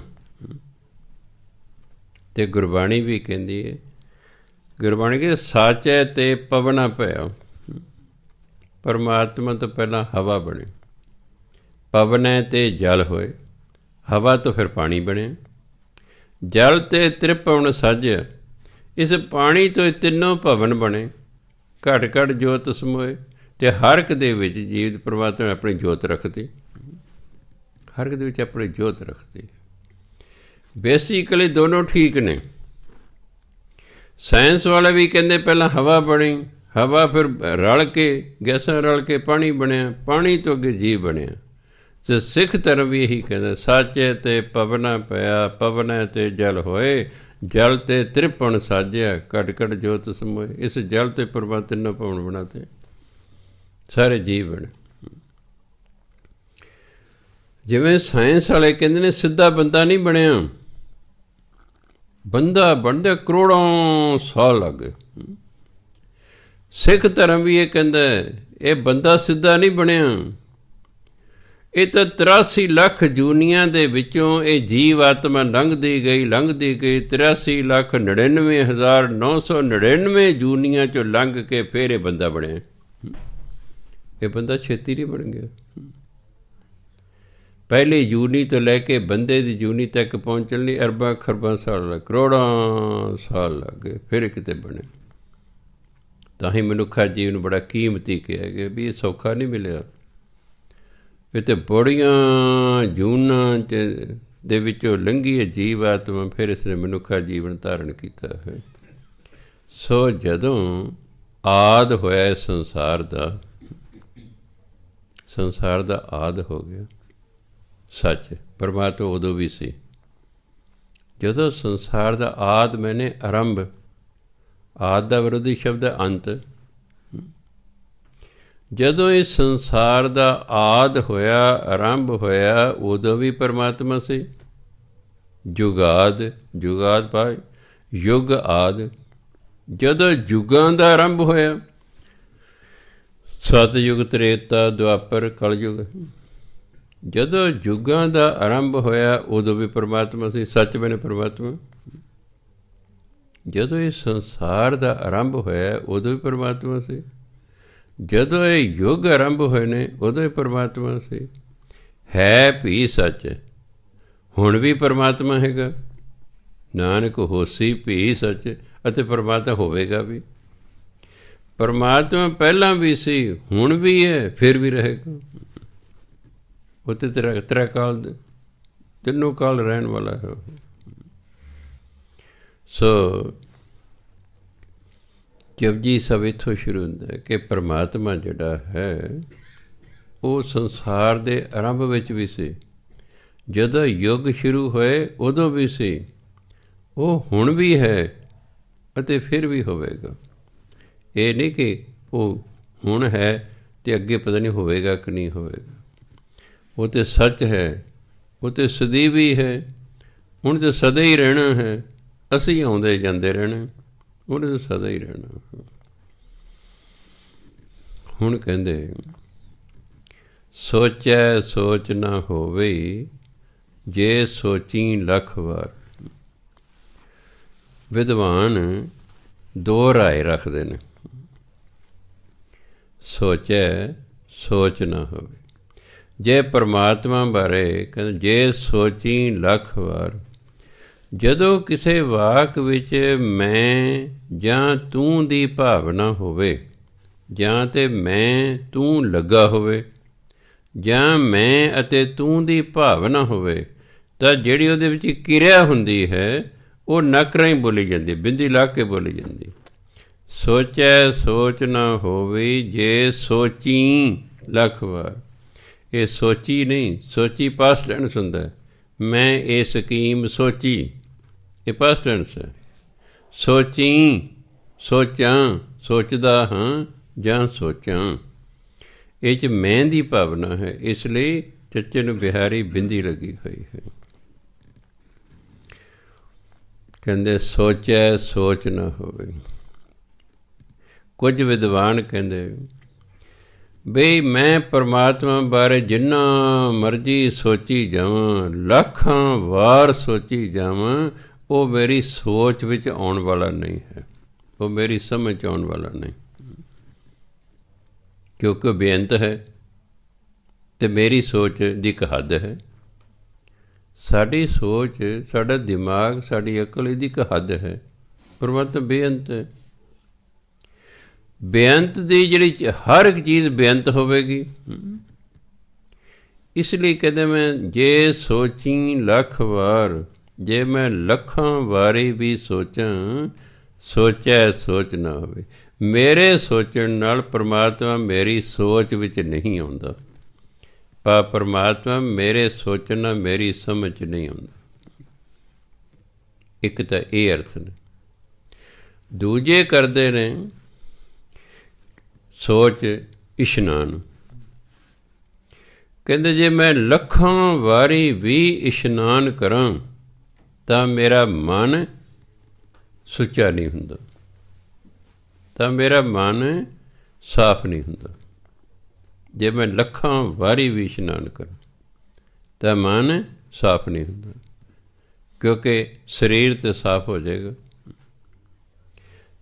ਨਹਾਉਣ ਨਾਲ ਸਰੀਰ ਤਾਂ ਸਾਫ਼ ਹੋ ਜਾਏਗਾ, ਮਨ ਨਹੀਂ ਸਾਫ਼ ਹੁੰਦਾ, ਕਿਉਂਕਿ ਇਸ ਦੇ ਵਿੱਚ ਜਿਹੜਾ ਹੈ ਇੱਕ ਬਾਹਰਲੀ ਗੱਲ ਹੈ, ਇੱਕ ਅੰਦਰਲੀ ਗੱਲ ਹੈ।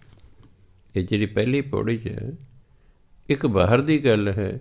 ਬਾਹਰ ਹੈ ਵੀ ਜੇ ਬਾਹਰੋਂ ਲੱਖਾਂ ਵਾਰੀ ਵੀ ਆਪਣੇ ਸਰੀਰ ਨੂੰ ਇਸ਼ਨਾਨ ਕਰਾਵਾਂ, ਮੇਰਾ ਮਨ ਸਾਫ਼ ਨਹੀਂ ਹੋਏਗਾ। ਦੂਜੇ ਕਹਿੰਦੇ ਜੇ ਮੈਂ ਲੱਖਾਂ ਵਾਰੀ ਵੀ ਸੋਚਾਂ, ਪਰਮਾਤਮਾ ਮੇਰੀ ਸੋਚ ਵਿੱਚ ਨਹੀਂ ਆਉਂਦਾ। ਅੱਗੇ ਕਹਿੰਦੇ ਚੁੱਪੈ ਚੁੱਪ ਨਾ ਹੋਵੇ, ਜੇ ਲਾਏ ਰਹਾਂ ਲਿਵ ਤਾਰ। ਤਾਰ ਹੁੰਦਾ ਲਗਾਤਾਰ। ਕਹਿੰਦੇ ਜੇ ਮੈਂ ਬਾਹਰੋਂ ਚੁੱਪ ਰਹਾਂ ਔਰ ਲਗਾਤਾਰ ਚੁੱਪ ਰਹਾਂ, ਬੋਲੋ ਹੀ ਨਾ,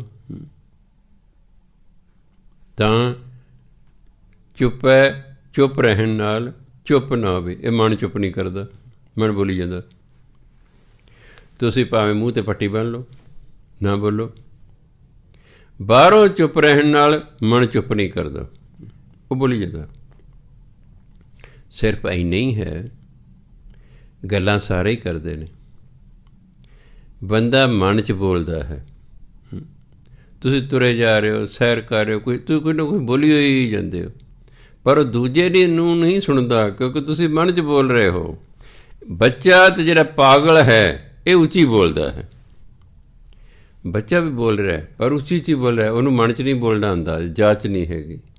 ਅਸੀਂ ਵੀ ਬੋਲ ਰਹੇ ਹਾਂ। ਬੱਚੇ ਦੇ ਪਾਗਲ ਤੇ ਸਾਡੇ 'ਚ ਫਰਕ ਕੋਈ ਨਹੀਂ ਹੈਗਾ, ਸਾਰੇ ਹੀ ਬੋਲੀ ਜਾਂਦੇ ਨੇ। ਸਿਰਫ ਇੰਨਾ ਕਿ ਪਾਗਲ ਉੱਚੀ ਬੋਲਦਾ, ਬੱਚਾ ਤਾਂ ਇਕੱਲਾ ਤੁਹਾਡਾ ਬੱਚਾ ਬੋਲੀ ਜਾਂਦਾ। ਉਹ ਨੋਟ ਕਰਿਓ, ਉਹਦੇ ਕੋਲ ਕੋਈ ਵੀ ਨਹੀਂ ਗੱਲਾਂ ਕਰਨ ਵਾਲਾ, ਤਾਂ ਵੀ ਬੋਲੀ ਜਾ ਰਿਹਾ ਹੋ। ਮੈਂ ਇਕੱਲਾ ਤੁਰਿਆ ਜਾ ਰਿਹਾ, ਮੇਰਾ ਮਨ ਬੋਲੀ ਜਾ ਰਿਹਾ ਹੈ, ਹਾਲਾਂਕਿ ਕੋਈ ਵੀ ਨਹੀਂ ਮੇਰੇ ਕੋਲ, ਬੋਲੀ ਜਾ ਰਿਹਾ ਅੰਦਰ, ਕੁਛ ਨਾ ਕੋਈ ਕਹੀ ਜਾਂਦਾ। ਉਹ ਕੁੜੀ ਦਾ ਵਿਆਹ ਕਰਨਾ ਸੀ, ਵਾਰੀ ਨਹੀਂ ਮਿਲ ਰਿਹਾ। ਮੈਂ ਬਾਬਾ ਜੀ ਕੋਲ ਗਿਆ ਸੀ, ਉਹਨੇ ਮੈਨੂੰ ਚਲੀਹਾ ਦਿੱਤਾ, ਨਹੀਂ ਗੱਲ ਬਣੀ। ਕਹਿੰਦੇ ਹੋ ਇੱਕ ਹੋਰ ਕਰੋ, ਐਂ ਬੋਲੀ ਜਾ ਰਿਹਾ। ਕਹਿੰਦੇ ਜਿਵੇਂ ਬਾਹਰੋਂ ਨਹਾਉਣ ਨਾਲ ਮਨ ਸਾਫ਼ ਨਹੀਂ ਹੁੰਦਾ, ਇਸੇ ਤਰ੍ਹਾਂ ਬਾਹਰੋਂ ਚੁੱਪ ਰਹਿਣ ਨਾਲ ਮਨ ਚੁੱਪ ਨਹੀਂ ਕਰਦਾ, ਨਹੀਂ ਚੁੱਪ ਕਰਦਾ। ਚਾਹੇ ਮੈਂ ਲਗਾਤਾਰ ਚੁੱਪ ਰਹਾਂ, ਬਾਹਰ ਮੂੰਹ ਬੰਦ ਕਰੀ ਰੱਖਾ, ਨਾ ਬੋਲਾਂ, ਮਨ ਨਹੀਂ ਚੁੱਪ ਕਰਦਾ, ਮਨ ਬੋਲੀ ਜਾਂਦਾ। ਭੁੱਖਿਆਂ ਭੁੱਖ ਨਾ ਉਤਰੀ, ਜੇ ਬੰਨਾ ਪੁਰੀਆਂ ਭਾਰ। ਇਹਨੂੰ ਪੜ੍ਹਨਾ ਬੰਨਾ। ਇੱਕ ਹੁੰਦਾ ਬੰਨਾ, ਬੰਨਾ ਤਾਂ ਡੈਮ ਨੂੰ ਕਹਿੰਦੇ ਨੇ, ਕੋਈ ਚੀਜ਼ ਜਾ ਰਹੀ ਹੈ, ਆਪਾਂ ਅੱਗੇ ਵੱਟ ਕਰਤੀ ਹੈ, ਬੰਨਾ। ਚੌੜੀ ਅਤੇ ਵੱਡੀ ਵੱਟ ਨੂੰ ਬੰਨਾ ਕਹਿੰਦੇ ਨੇ। ਇੱਥੇ ਮੈਂ ਦੀ ਭਾਵਨਾ ਹੈ। ਬੰਨਾ, ਨੰਨੇ ਦੇ ਪੈਰ 'ਚ ਹਾਹਾ ਅਤੇ ਕੰਨੇ ਨੂੰ ਬਿੰਦੀ ਲਾ ਕੇ ਪੜ੍ਹਨਾ ਬੰਨਾ। ਪੁਰੀਆਂ, ਆੜੇ ਨੂੰ ਕੰਨਾ ਬਿੰਦੇ। ਭੁੱਖਿਆਂ, ਆੜੇ ਨੂੰ ਕੰਨਾ ਬਿੰਦੇ। ਭੁੱਖਿਆਂ ਭੁੱਖ ਨਾ ਉਤਰੀ, ਧਿਆਨ ਦੇਣਾ। ਨਾ ਜਿਹੜਾ ਹੈ ਇਹ ਫਾਰਸੀ ਦਾ ਸ਼ਬਦ ਵੀ ਹੈ ਅਤੇ ਹਿੰਦੀ ਦਾ ਸ਼ਬਦ ਵੀ ਹੈ, ਖਿਆਲ ਰੱਖਣਾ। ਹਿੰਦੀ 'ਚ ਇਸ ਨੂੰ ਕਹਿੰਦੇ ਨ, ਇਕੱਲਾ ਨ। ਫਾਰਸੀ ਕਹਿੰਦੇ ਨਾ, ਫਾਰਸੀ ਕੰਨ ਲਾ ਕੇ ਬੋਲਦੇ ਇਸ ਨੂੰ। ਇਹ ਦੋਨੋਂ, ਇਹ ਨ ਇਕੱਲਾ ਨੰਨਾ ਜਿਹੜਾ ਸ਼ਬਦ ਹੈ, ਇਹ ਫਾਰਸੀ ਦਾ ਵੀ ਹੈ ਅਤੇ ਹਿੰਦੀ ਦਾ ਵੀ ਹੈ। ਜੇ ਹਿੰਦੀ ਦਾ ਸਮਝ ਕੇ ਬੋਲੋਗੇ ਫਿਰ ਬੋਲੋਗੇ ਨ, ਕੋਈ ਕੰਨਾ ਨਹੀਂ ਲਾਗੇ ਨ। ਜੇ ਆਪਾਂ ਕਹਿੰਦੇ ਸ, ਹ, ਕ, ਖ, ਗ, ਘ, ਇਹ ਤਾਂ ਆਪਾਂ ਕਹਿੰਦੇ ਕਹਿ ਖੈ ਗੈ ਘੈ। ਸਾਨੂੰ ਕਹਿ ਖੈ ਗੈ ਬਣਾਇਆ, ਉਹ ਕਹਿ ਖੈ ਕੋਈ ਉਚਾਰਨ ਨਹੀਂ ਹੈ। ਕਿਸੇ ਹਿੰਦੀ ਵਾਲੇ ਤੋਂ ਤੁਸੀਂ ਹਿੰਦੀ ਪੜ੍ਹੋ, ਫਿਰ ਕੋਈ ਕ ਬੋਲੋ, ਕ, ਖ, ਗ, ਘ, ङ, ਚ, ਛ, ਜ, ਝ, ਉਹ ਸਭ ਬੋਲੇਗਾ। ਪਰ ਸਾਨੂੰ ਪੰਜਾਬੀ ਵਾਲਿਆਂ ਨੇ ਹਿੰਦੀ ਪੜ੍ਹਾਈ, ਉਹ ਕਹਿੰਦੇ ਬੋਲੋ ਕਹਿ ਖੈ ਗੈ ਘੈ ਗੈ, ਇਸ ਤਰੀਕੇ ਨਾਲ ਕਹਿ ਖੈ ਗੈ ਘੈ ਕੋਈ ਉਚਾਰਨ ਨਹੀਂ ਹੈ। ਇਹਦਾ ਉਚਾਰਨ ਕ, ਖ, ਗ, ਘ। ਇਸ ਲਈ ਨੰਨਾ ਅਤੇ ਨਾਮ ਹੈ ਇਸ ਅੱਖਰ ਦਾ, ਉਚਾਰਨ ਹੈ ਨ। ਜਿਵੇਂ ਆੜਾ ਹੈ, ਇਹ ਤਾਂ ਅੱਖਰ ਦਾ ਨਾਮ ਹੈ, ਜਿਹਨੂੰ ਕਿ ਆੜਾ ਦਾ ਉਚਾਰਨ ਕੀ ਹੈ? ਕਹਾਂਗੇ ਅ। ਕੀ ਕਹਾਂਗੇ? ਅ। ਉੜਦਾ ਕੀ ਉਚਾਰਨ ਹੈ? ਉਹ। ਅ। ਈੜੀ ਦਾ ਕੀ ਉਚਾਰਨ ਹੈ? ਇਹ। ਅੱਗੇ ਫਿਰ ਸੱਸੇ ਦਾ ਕੀ ਉਚਾਰਨ ਹੈ? ਸ। ਹਾਹੇ ਦਾ ਕੀ ਉਚਾਰਨ ਹੈ? ਹ। ਉਚਾਰਨ ਇਹ ਨੇ।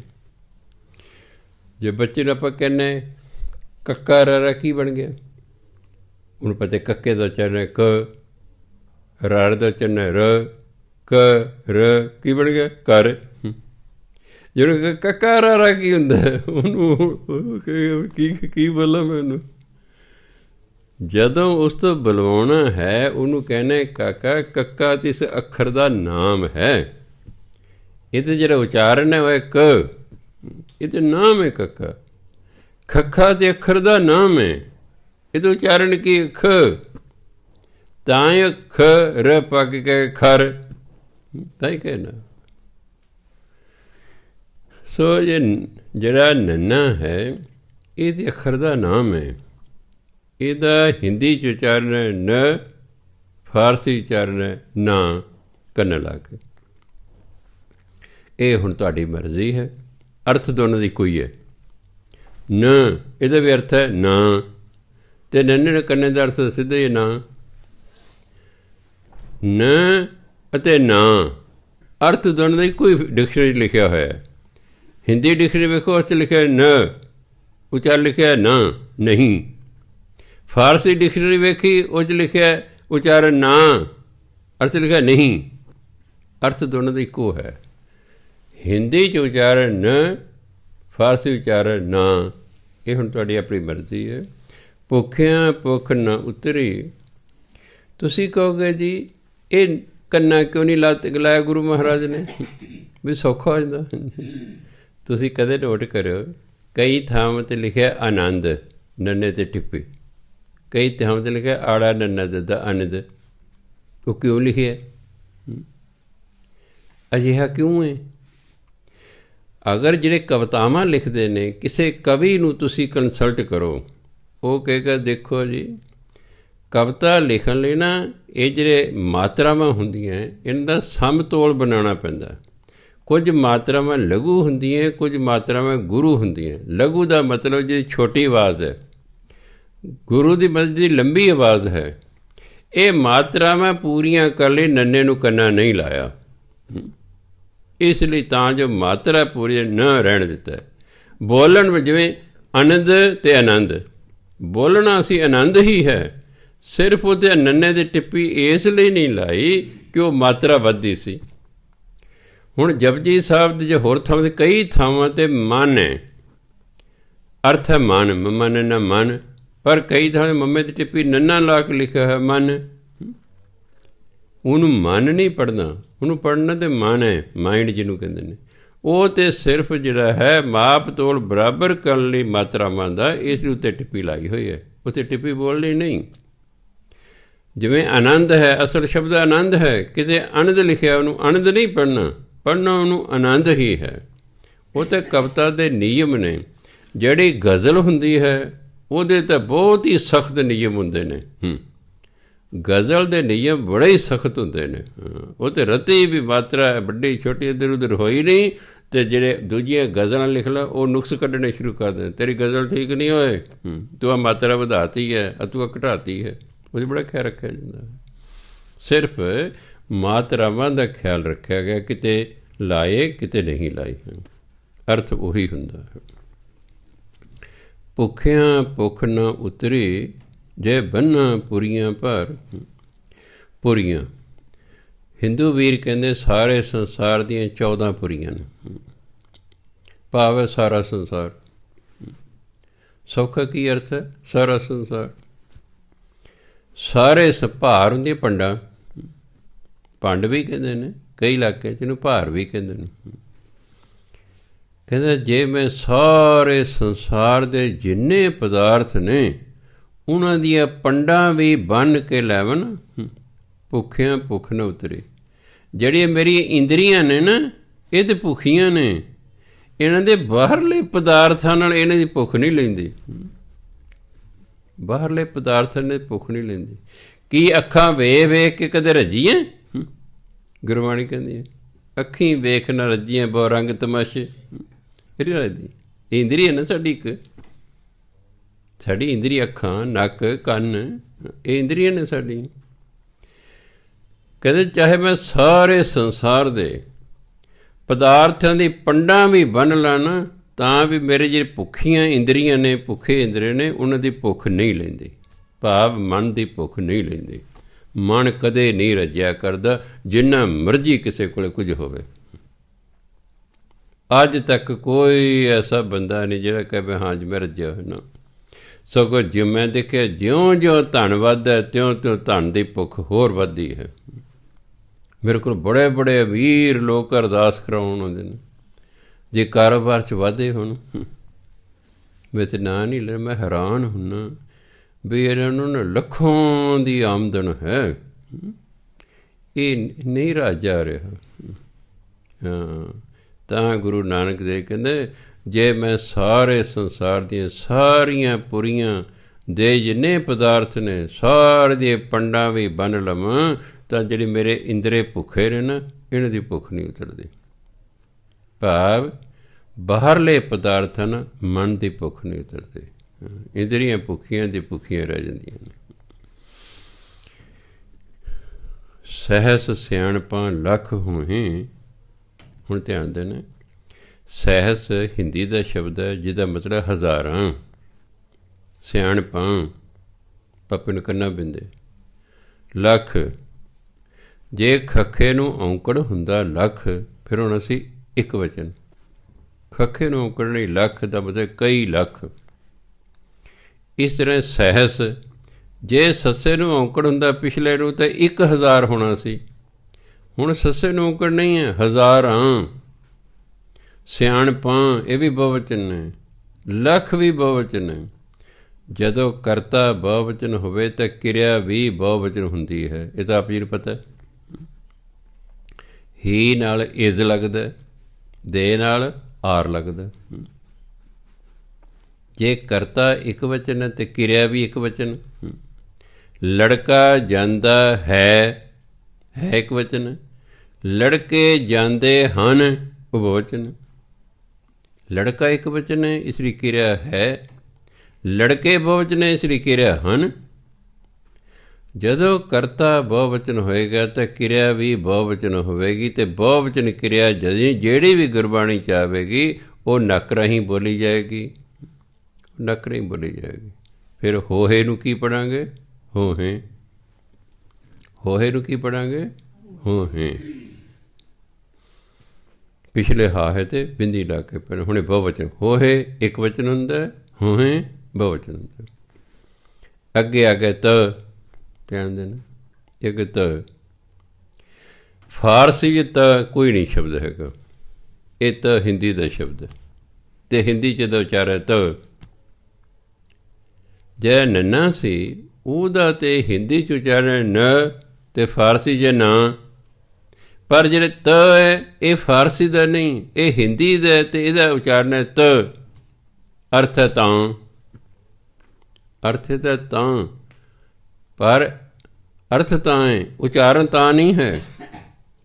ਉਹ ਜਿਹੜਾ ਪਹਿਲਾ ਨੰਨਾ ਹੈ ਉਹਦਾ ਉਚਾਰਨ ਨ ਅਤੇ ਨਾ ਦੋਨੋਂ ਹੈ।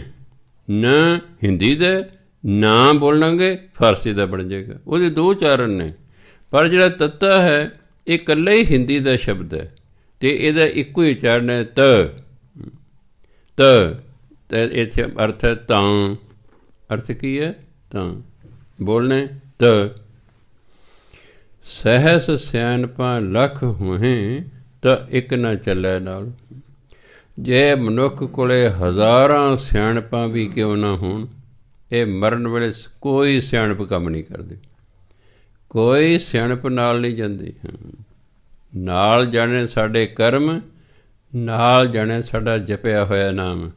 ਆਹ ਸਾਡੀਆਂ ਜਿਹੜੀਆਂ ਸੰਸਾਰਕ ਪੜ੍ਹਾਈਆਂ, ਸੰਸਾਰਕ ਸਿਆਣਪਾਂ ਸਾਰੀਆਂ ਇੱਥੇ ਰਹਿ ਜਾਣੀਆਂ ਨੇ। ਹਜ਼ਾਰਾਂ ਸਿਆਣਪਾਂ, ਲੱਖਾਂ ਸਿਆਣਪਾਂ ਕਿਉਂ ਨਾ ਹੋਣ, ਇਹ ਨਾਲ ਇੱਕ ਵੀ ਨਹੀਂ ਜਾਂਦੀ। ਕਿਵ ਸਚਿਆਰਾ ਹੋਈ ਹੈ। ਹੁਣ ਦੇਖੋ, ਪਰਮਾਤਮਾ ਹੈਗਾ ਸਚਿਆਰ। ਸਚਿਆਰ ਨੂੰ ਸਚਿਆਰ ਹੀ ਮਿਲ ਸਕਦਾ, ਸਚਿਆਰ ਨੂੰ ਕੂੜਿਆਰ ਨਹੀਂ ਮਿਲ ਸਕਦਾ।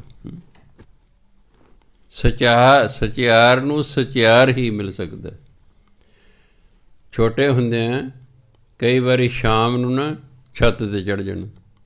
ਗਰਮੀਆਂ ਹੋਣ ਕਰਕੇ ਕਈ ਵਾਰੀ ਛੱਤ 'ਤੇ ਸੌਂਦੇ ਹੁੰਦੇ ਸੀ। ਤੁਹਾਡੇ 'ਚ ਵੀ ਕਈ ਸੌਂਦੇ ਹੋਣਗੇ ਜਦੋਂ ਪਿੰਡਾਂ 'ਚ। ਲੇਟ ਜਾਣਾ ਕਈ ਵਾਰੀ, ਦਿਨ ਛਿਪ ਰਿਹਾ ਬਸ ਤਕਰੀਬਨ। ਹਾਂਜੀ, ਦੇਖਣਾ ਤੋਤਿਆਂ ਦੀ ਡਾਰ ਹੈ, ਇਕੱਲੇ ਹੀ ਤੋਤੇ ਜਾ ਰਹੇ ਨੇ, ਵਿੱਚ ਚਿੜੀਆਂ ਨਹੀਂ ਹੈਗੇ, ਕਾਂ ਨਹੀਂ ਹੈਗੇ। ਕਾਂ ਜਾ ਰਹੇ ਨੇ, ਇਕੱਲੇ ਕਾਵਾਂ ਦੀ ਡਾਰ ਹੈ, ਵਿੱਚ ਹੋਰ ਜਾਨਵਰ ਕੋਈ ਨਹੀਂ। ਚਿੜੀਆਂ ਜਾ ਰਹੀਆਂ, ਇਕੱਲੀਆਂ ਚਿੜੀਆਂ ਦੀ ਡਾਰ ਹੈ, ਵਿੱਚ ਹੋਰ ਕੋਈ ਜਾਨਵਰ ਨਹੀਂ, ਕਿਉਂਕਿ ਸੁਭਾਅ ਹੀ ਨਹੀਂ ਮਿਲਦਾ। ਤੋਤੇ ਅਤੇ ਚਿੜੀ ਦਾ ਸੁਭਾਅ ਹੀ ਨਹੀਂ ਮਿਲਦਾ, ਕਾਂ ਅਤੇ ਚਿੜੀ ਦਾ ਸੁਭਾਅ ਨਹੀਂ ਮਿਲਦਾ। ਇਸ ਲਈ ਉਹ ਇੱਕੋ ਪ੍ਰਕਾਰ ਦੇ ਪੰਛੀ ਹੀ ਉੜਦੇ ਸਨ। ਅੱਡ ਅੱਡ ਡਾਰਾਂ ਜਾਂਦੀਆਂ ਸਨ। ਇਹ ਨਹੀਂ ਵੀ ਇੱਕ ਡਾਰ ਦੇ ਵਿੱਚ ਕਾਂ ਵੀ ਉੱਡਿਆ ਜਾ ਰਿਹਾ, ਤੋਤਾ ਵੀ, ਚਿੜੀ ਨਾ। ਤੋਤਿਆਂ ਦੀ ਅੱਡ ਲਾਈਨ ਹੈ, ਕਾਵਾਂ ਦੀ ਅੱਡ ਲਾਈਨ ਹੈ, ਚਿੜੀਆਂ ਦੀ ਅੱਡ ਲਾਈਨ ਹੈ। ਕਿਉਂ? ਸੁਭਾਅ ਨਹੀਂ ਮਿਲ ਖਾਂਦਾ। ਹੁਣ ਅਸੀਂ ਮਿਲਣਾ ਪਰਮਾਤਮਾ ਨੂੰ। ਪਰਮਾਤਮਾ ਹੈਗਾ ਸਚਿਆਰ, ਅਤੇ ਸਚਿਆਰ ਨੂੰ ਮਿਲਣ ਜੇ ਅਸੀਂ ਸਚਿਆਰ ਹੋਵਾਂਗੇ ਤਾਂ ਹੀ ਮੇਲ ਹੋਵੇਗਾ ਨਾ। ਅਸੀਂ ਹੈਗੇ ਕੂੜਿਆਰ। ਅਸੀਂ ਤਾਂ ਕੂੜ ਨਾਲ ਲੱਗੇ ਹੋਏ ਹਾਂ। ਕੂੜ ਜੋ ਨਾਸਵਾਨ ਹੋ ਜਾਣ ਵਾਲੀ ਚੀਜ਼ ਹੈ, ਉਹਨੂੰ ਗੁਰਬਾਣੀ ਲਿਖਿਆ ਕੂੜ। ਅਸੀਂ ਤਾਂ ਉਹਨਾਂ ਚੀਜ਼ਾਂ ਨੂੰ ਇਕੱਠਾ ਕਰਦੇ ਰਹਿੰਦੇ ਹਾਂ ਜੋ ਕੂੜ ਹੈ, ਜਿਨ੍ਹਾਂ ਨੇ ਨਾਸ ਹੋ ਜਾਣਾ ਹੈ। ਅਸੀਂ ਤਾਂ ਸਚਿਆਰ ਬਣਨ ਦੀ ਕੋਸ਼ਿਸ਼ ਹੀ ਨਹੀਂ ਕਰ ਰਹੇ। ਸਚਿਆਰ ਬਣਨ ਦੀ ਕੋਸ਼ਿਸ਼ ਕਰਾਂਗੇ ਤਾਂ ਕਿਸੇ ਦਿਨ ਸਚਿਆਰ ਹੋ ਜਾਵਾਂਗੇ, ਸਾਡਾ ਉਹਦੇ ਨਾਲ ਮੇਲ ਹੋ ਜਾਏਗਾ। ਸਾਧ ਦਾ ਸਾਧ ਨਾਲ ਹੀ ਮੇਲ ਹੁੰਦਾ ਹੈ, ਚੋਰਾਂ ਨਾਲ ਨਹੀਂ ਹੁੰਦਾ। ਪੀਣ ਵਾਲਿਆਂ ਦੀ ਢਾਣੀ ਹੋਰ ਹੁੰਦੀ ਹੈ, ਵੈਸ਼ਨੂੰ ਦੀ ਹੋਰ ਹੁੰਦੀ ਹੈ। ਪੈਰਿਸ 'ਚ ਚਲੇ ਜਾਓ, ਪੀਣ ਵਾਲੇ ਦਾ ਬੜਾ ਵੱਡਾ ਉੱਥੇ ਲੱਗਾ ਹੁੰਦਾ ਸਟੇਜ ਜੀ, ਸਾਰੇ ਪੀਣ ਵਾਲੇ ਉੱਥੇ ਹੁੰਦੇ ਨੇ। ਸਾਡੇ ਵਰਗੇ ਉਹ ਤਾਂ ਦੂਰੋਂ ਵੇਖ ਜਾਂਦੇ ਨਹੀਂ ਹੈਗੇ, ਉਹ ਤਾਂ ਮੇਲ ਹੀ ਕੋਈ ਨਹੀਂ। ਵੈਸ਼ਨੂੰ ਦਾ ਪੀਣ ਵਾਲਾ ਮੇਲ ਨਹੀਂ, ਪੀਣ ਵਾਲੇ ਦਾ ਵੈਸ਼ਨੂੰ ਵਾਲੇ ਨਾਲ ਮੇਲ ਨਹੀਂ ਹੁੰਦਾ।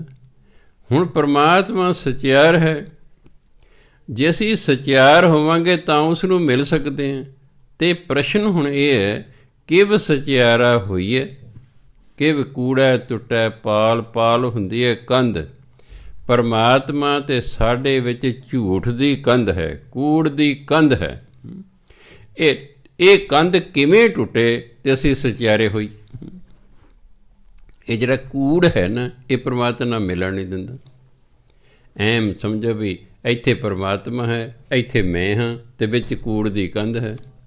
ਹੁਣ ਉਹ ਕੰਧ ਹਟੇਗੀ ਤਾਂ ਹੀ ਮੈਨੂੰ ਪਰਮਾਤਮਾ ਦੇ ਦਰਸ਼ਨ ਹੋਣਗੇ ਨਾ। ਹੁਣ ਉਹ ਕੂੜ ਦੀ ਕੰਧ ਕਹਿੰਦੇ ਕਿਵੇਂ ਟੁੱਟੇ, ਕਿਵੇਂ ਸਾਨੂੰ ਪਰਮਾਤਮਾ ਦੇ ਦਰਸ਼ਨ ਹੋਣ, ਅਸੀਂ ਕਿਵੇਂ ਸਚਿਆਰ ਹੋਈਏ, ਕਿਵੇਂ ਉਸ ਸਚਿਆਰ ਨੂੰ ਮਿਲੀਏ? ਫਿਰ ਅੱਗੇ ਜਵਾਬ ਦਿੱਤਾ ਉਹਦਾ, ਕਹਿੰਦੇ ਅੱਛਾ ਤੂੰ ਸਚਿਆਰ ਨੂੰ ਮਿਲਣਾ, ਤੂੰ ਰੱਬ ਨੂੰ ਮਿਲਣਾ? ਕਿ ਲੈ ਫਿਰ ਹੁਕਮ ਰਜ਼ਾਈ ਚੱਲਣਾ, ਨਾਨਕ ਲਿਖਿਆ ਨਾਲ। ਇਹਨੂੰ ਰਜ਼ਾਈ ਪੜ੍ਹਨਾ, ਜੱਜ ਦੇ ਪੈਰ 'ਚ ਬਿੰਦੀ ਲਾ ਕੇ। ਇਹ ਫਾਰਸੀ ਅਰਬੀ ਦਾ ਸ਼ਬਦ ਹੈ। ਰਜ਼ਾਈ ਹੁੰਦਾ ਪਰਮਾਤਮਾ, ਰਜ਼ਾ ਦਾ ਮਾਲਕ, ਹੁਕਮ ਦਾ ਮਾਲਕ। ਰਜ਼ਾਈ ਪਰਮਾਤਮਾ, ਹੁਕਮ ਰਜ਼ਾਈ ਚੱਲਣਾ। ਕਿਉਂਕਿ ਜਿਹੜਾ ਅਰਬੀ ਫਾਰਸੀ ਦਾ ਸ਼ਬਦ ਹੈ, ਉਹ ਉਸ ਨੂੰ ਅਸੀਂ ਹਿੰਦੀ ਪੰਜਾਬੀ ਤਰ੍ਹਾਂ ਨਹੀਂ ਪੜ੍ਹ ਸਕਦੇ। ਜੇ ਸਿੱਧਾ ਪੜ੍ਹੋਗੇ ਰਜਾਈ ਹੋ ਜਾਏਗਾ, ਜਿਹੜੀ ਅਸੀਂ ਸਰਦੀਆਂ 'ਚ ਉੱਪਰ ਲੈਂਦੇ ਹਾਂ। ਇਹ ਜੱਜੇ ਦੇ ਪੈਰ 'ਚ ਬਿੰਦੀ ਲਾ ਕੇ ਲਿਖਣੀ। ਜਿਵੇਂ ਸੱਸਾ ਜੱਜੇ ਨੂੰ ਕੰਨਾ, ਅਤੇ ਇੱਕ ਸੱਸਾ ਜੱਜੇ ਨੂੰ ਕੰਨਾ ਪੈਰ 'ਚ ਬਿੰਦੀ, ਹੈ ਨਾ, ਦੋਨਾਂ ਦੇ ਅਰਥ 'ਚ ਫਰਕ ਹੈ। ਉਹ ਘਰ ਸਜਾ ਰਿਹਾ ਹੈ, ਉਹਦਾ ਆਪਾਂ ਲਿਖਿਆ ਸੱਸਾ ਜੱਜੇ ਨੂੰ ਕੰਨਾ, ਉਹ ਘਰ ਸਜਾ ਰਿਹਾ ਹੈ। ਉਹਨੂੰ 2 ਸਾਲ ਦੀ ਸਜ਼ਾ ਹੋ ਗਈ ਹੈ, ਫਿਰ ਸਾਨੂੰ ਜੱਜੇ ਦੇ ਪੈਰ 'ਚ ਬਿੰਦੀ ਲਾਉਣੀ ਪਏਗੀ, ਬਿੰਦੀ ਲਾਉਣੀ ਪਏਗੀ। ਇਸੇ ਤਰ੍ਹਾਂ ਹੀ ਇਹ ਪਰਮਾਤਮਾ ਹੈ। ਫਾਰਸੀ ਅਰਬੀ ਅਨੁਸਾਰ ਇਹਦਾ ਉਚਾਰਨ ਹੈ ਰਜ਼ਾਈ, ਜੱਜੇ ਦੇ ਪੈਰ 'ਚ ਬਿੰਦੀ। ਹੁਕਮ ਮੰਮੇ ਨੂੰ ਸੈਰੀ ਲਿਖਿਆ, ਹੁਕਮ ਅਨੁਸਾਰ। ਰਜ਼ਾਈ ਪਰਮਾਤਮਾ, ਹੁਕਮ ਰਜ਼ਾਈ ਚੱਲਣਾ। ਕਿ ਹੇ ਇਨਸਾਨ, ਤੂੰ ਪਰਮਾਤਮਾ ਦੇ ਹੁਕਮ ਅਨੁਸਾਰ ਚੱਲਣਾ। ਨਾਨਕ ਲਿਖਿਆ ਨਾਲ। ਜਦ ਤੂੰ ਪੈਦਾ ਹੋਇਆ ਸੀ ਨਾ, ਪਰਮਾਤਮਾ ਨੇ ਤੇਰੇ ਨਾਲ ਹੀ ਮੱਥੇ 'ਤੇ ਲਿਖਤਾ ਸੀ ਕਿ ਤੂੰ ਮੇਰੇ ਹੁਕਮ 'ਚ ਚੱਲ। ਜਦੋਂ ਇਹ ਮਨੁੱਖ ਪਰਮਾਤਮਾ ਦੇ ਹੁਕਮ 'ਚ ਚੱਲਣਾ ਸ਼ੁਰੂ ਹੋ ਜਾਵੇਗਾ, ਇਹ ਫਿਰ ਕੁੜਿਆਰ ਤੋਂ ਸਚਿਆਰ ਹੁੰਦਾ ਜਾਵੇਗਾ। ਜਿਉਂ-ਜਿਉਂ ਬਾਣੀ ਦੇ ਅਨੁਸਾਰ ਸਾਡਾ ਜੀਵਨ ਹੁੰਦਾ ਜਾਵੇਗਾ, ਅਸੀਂ ਸਚਿਆਰ ਹੁੰਦੇ ਜਾਵਾਂਗੇ। ਆਹ ਸਾਰਾ ਹੁਕਮ ਹੈ ਪਰਮਾਤਮਾ ਦਾ ਬਾਣੀ, ਇਸ ਲਈ ਕਹਿੰਦੇ ਹੁਕਮਨਾਮਾ। ਇਹ ਨਾ ਪ੍ਰਾਰਥਨਾਨਾਮਾ ਨਹੀਂ, ਬੇਨਤੀਨਾਮਾ ਨਹੀਂ, ਹੁਕਮਨਾਮਾ ਲਿਆ ਜਾਂਦਾ ਹੈ। ਹੁਕਮ ਹੈ ਅਤੇ ਹੁਕਮ ਮੰਨਣ ਲਈ ਹੁੰਦਾ। ਹੁਕਮ ਨਿਰਾ ਪੜ੍ਹਨ ਲਈ, ਗਾਉਣ ਲਈ, ਰੱਟਾ ਲਾਉਣ ਲਈ ਨਹੀਂ ਹੁੰਦਾ। ਹੁਕਮ ਮੰਨਣ ਲਈ ਹੁੰਦਾ। ਗਾਉਣਾ, ਪੜ੍ਹਨਾ ਇਹ ਸੌਖਾ ਕੰਮ ਹੈ। ਬੰਦਾ ਪਾਠ ਕਰ ਲੈਂਦਾ, ਕੀਰਤਨ ਕਰ ਲੈਂਦਾ, ਇਹ ਸੌਖਾ ਹੈ। ਪਰ ਮੰਨਣਾ ਬੜਾ ਔਖਾ ਹੈ। ਔਖਾ ਕੰਮ ਮਨੁੱਖ ਕਰਕੇ ਰਾਜੀ ਨਹੀਂ, ਇਸ ਲਈ ਰੱਬ ਮਿਲਦਾ ਨਹੀਂ। ਹਾਂ, ਪਾਠ ਤਾਂ ਇਸ ਲਈ ਕਰ ਰਿਹਾ ਵੀ ਚਲ ਪੈਸਾ ਮਿਲ ਜੂਗਾ, ਕੀਰਤਨ ਵੀ ਇਸ ਲਈ ਕਰ ਰਿਹਾ ਪੈਸੇ ਲਾਂਗੇ, ਕਥਾ ਵੀ ਇਸ ਲਈ ਕਰਦਾ ਪੈਸੇ ਲਾਂਗੇ। ਉਂਝ ਕੌਣ ਕਰਦਾ? ਹੁਣ ਵਾਲਾ ਕਹੇ ਫੌਜੀ ਦੇਸ਼ ਦੀ ਸੇਵਾ ਕਰਦੇ ਨੇ, ਉਹ ਮਹਿਜ਼ ਐਵੇਂ ਮਾਰੀ ਜਾਂਦੇ ਤੁਸੀਂ ਗੱਲਾਂ। ਉਹਦੇ ਪੈਸੇ ਕਾਰਨ ਨੌਕਰੀ ਕਰਦੇ ਨੇ। ਜੇ ਸਰਕਾਰ ਕਹਿ ਦੇ ਵੀ ਹੇ ਫੌਜੀਓ, ਤੁਹਾਨੂੰ ਰੋਟੀ ਪਾਣੀ ਅਤੇ ਕੱਪੜਾ ਮਿਲੇਗਾ, ਤਨਖਾਹ ਕੋਈ ਨਹੀਂ ਮਿਲਣੀ, ਅੱਜ ਹੀ ਸਾਰੇ ਅਸਤੀਫਾ ਦੇ ਕੇ ਆ ਜਾਣਗੇ।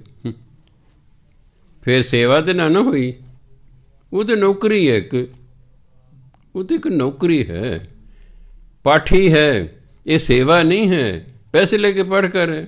ਸੇਵਾ ਤੇ ਆ ਕਰਕੇ ਆਏ ਨੇ। ਹੁਣ ਆ 2 ਅਖੰਡ ਪਾਠ ਚੱਲ ਰਹੇ ਨੇ, ਵਿਚਾਰੇ ਕੁਛ ਨਹੀਂ ਮੇਰੇ ਤੋਂ ਲੈਣਾ, ਇਹ ਹੈ ਸੇਵਾ।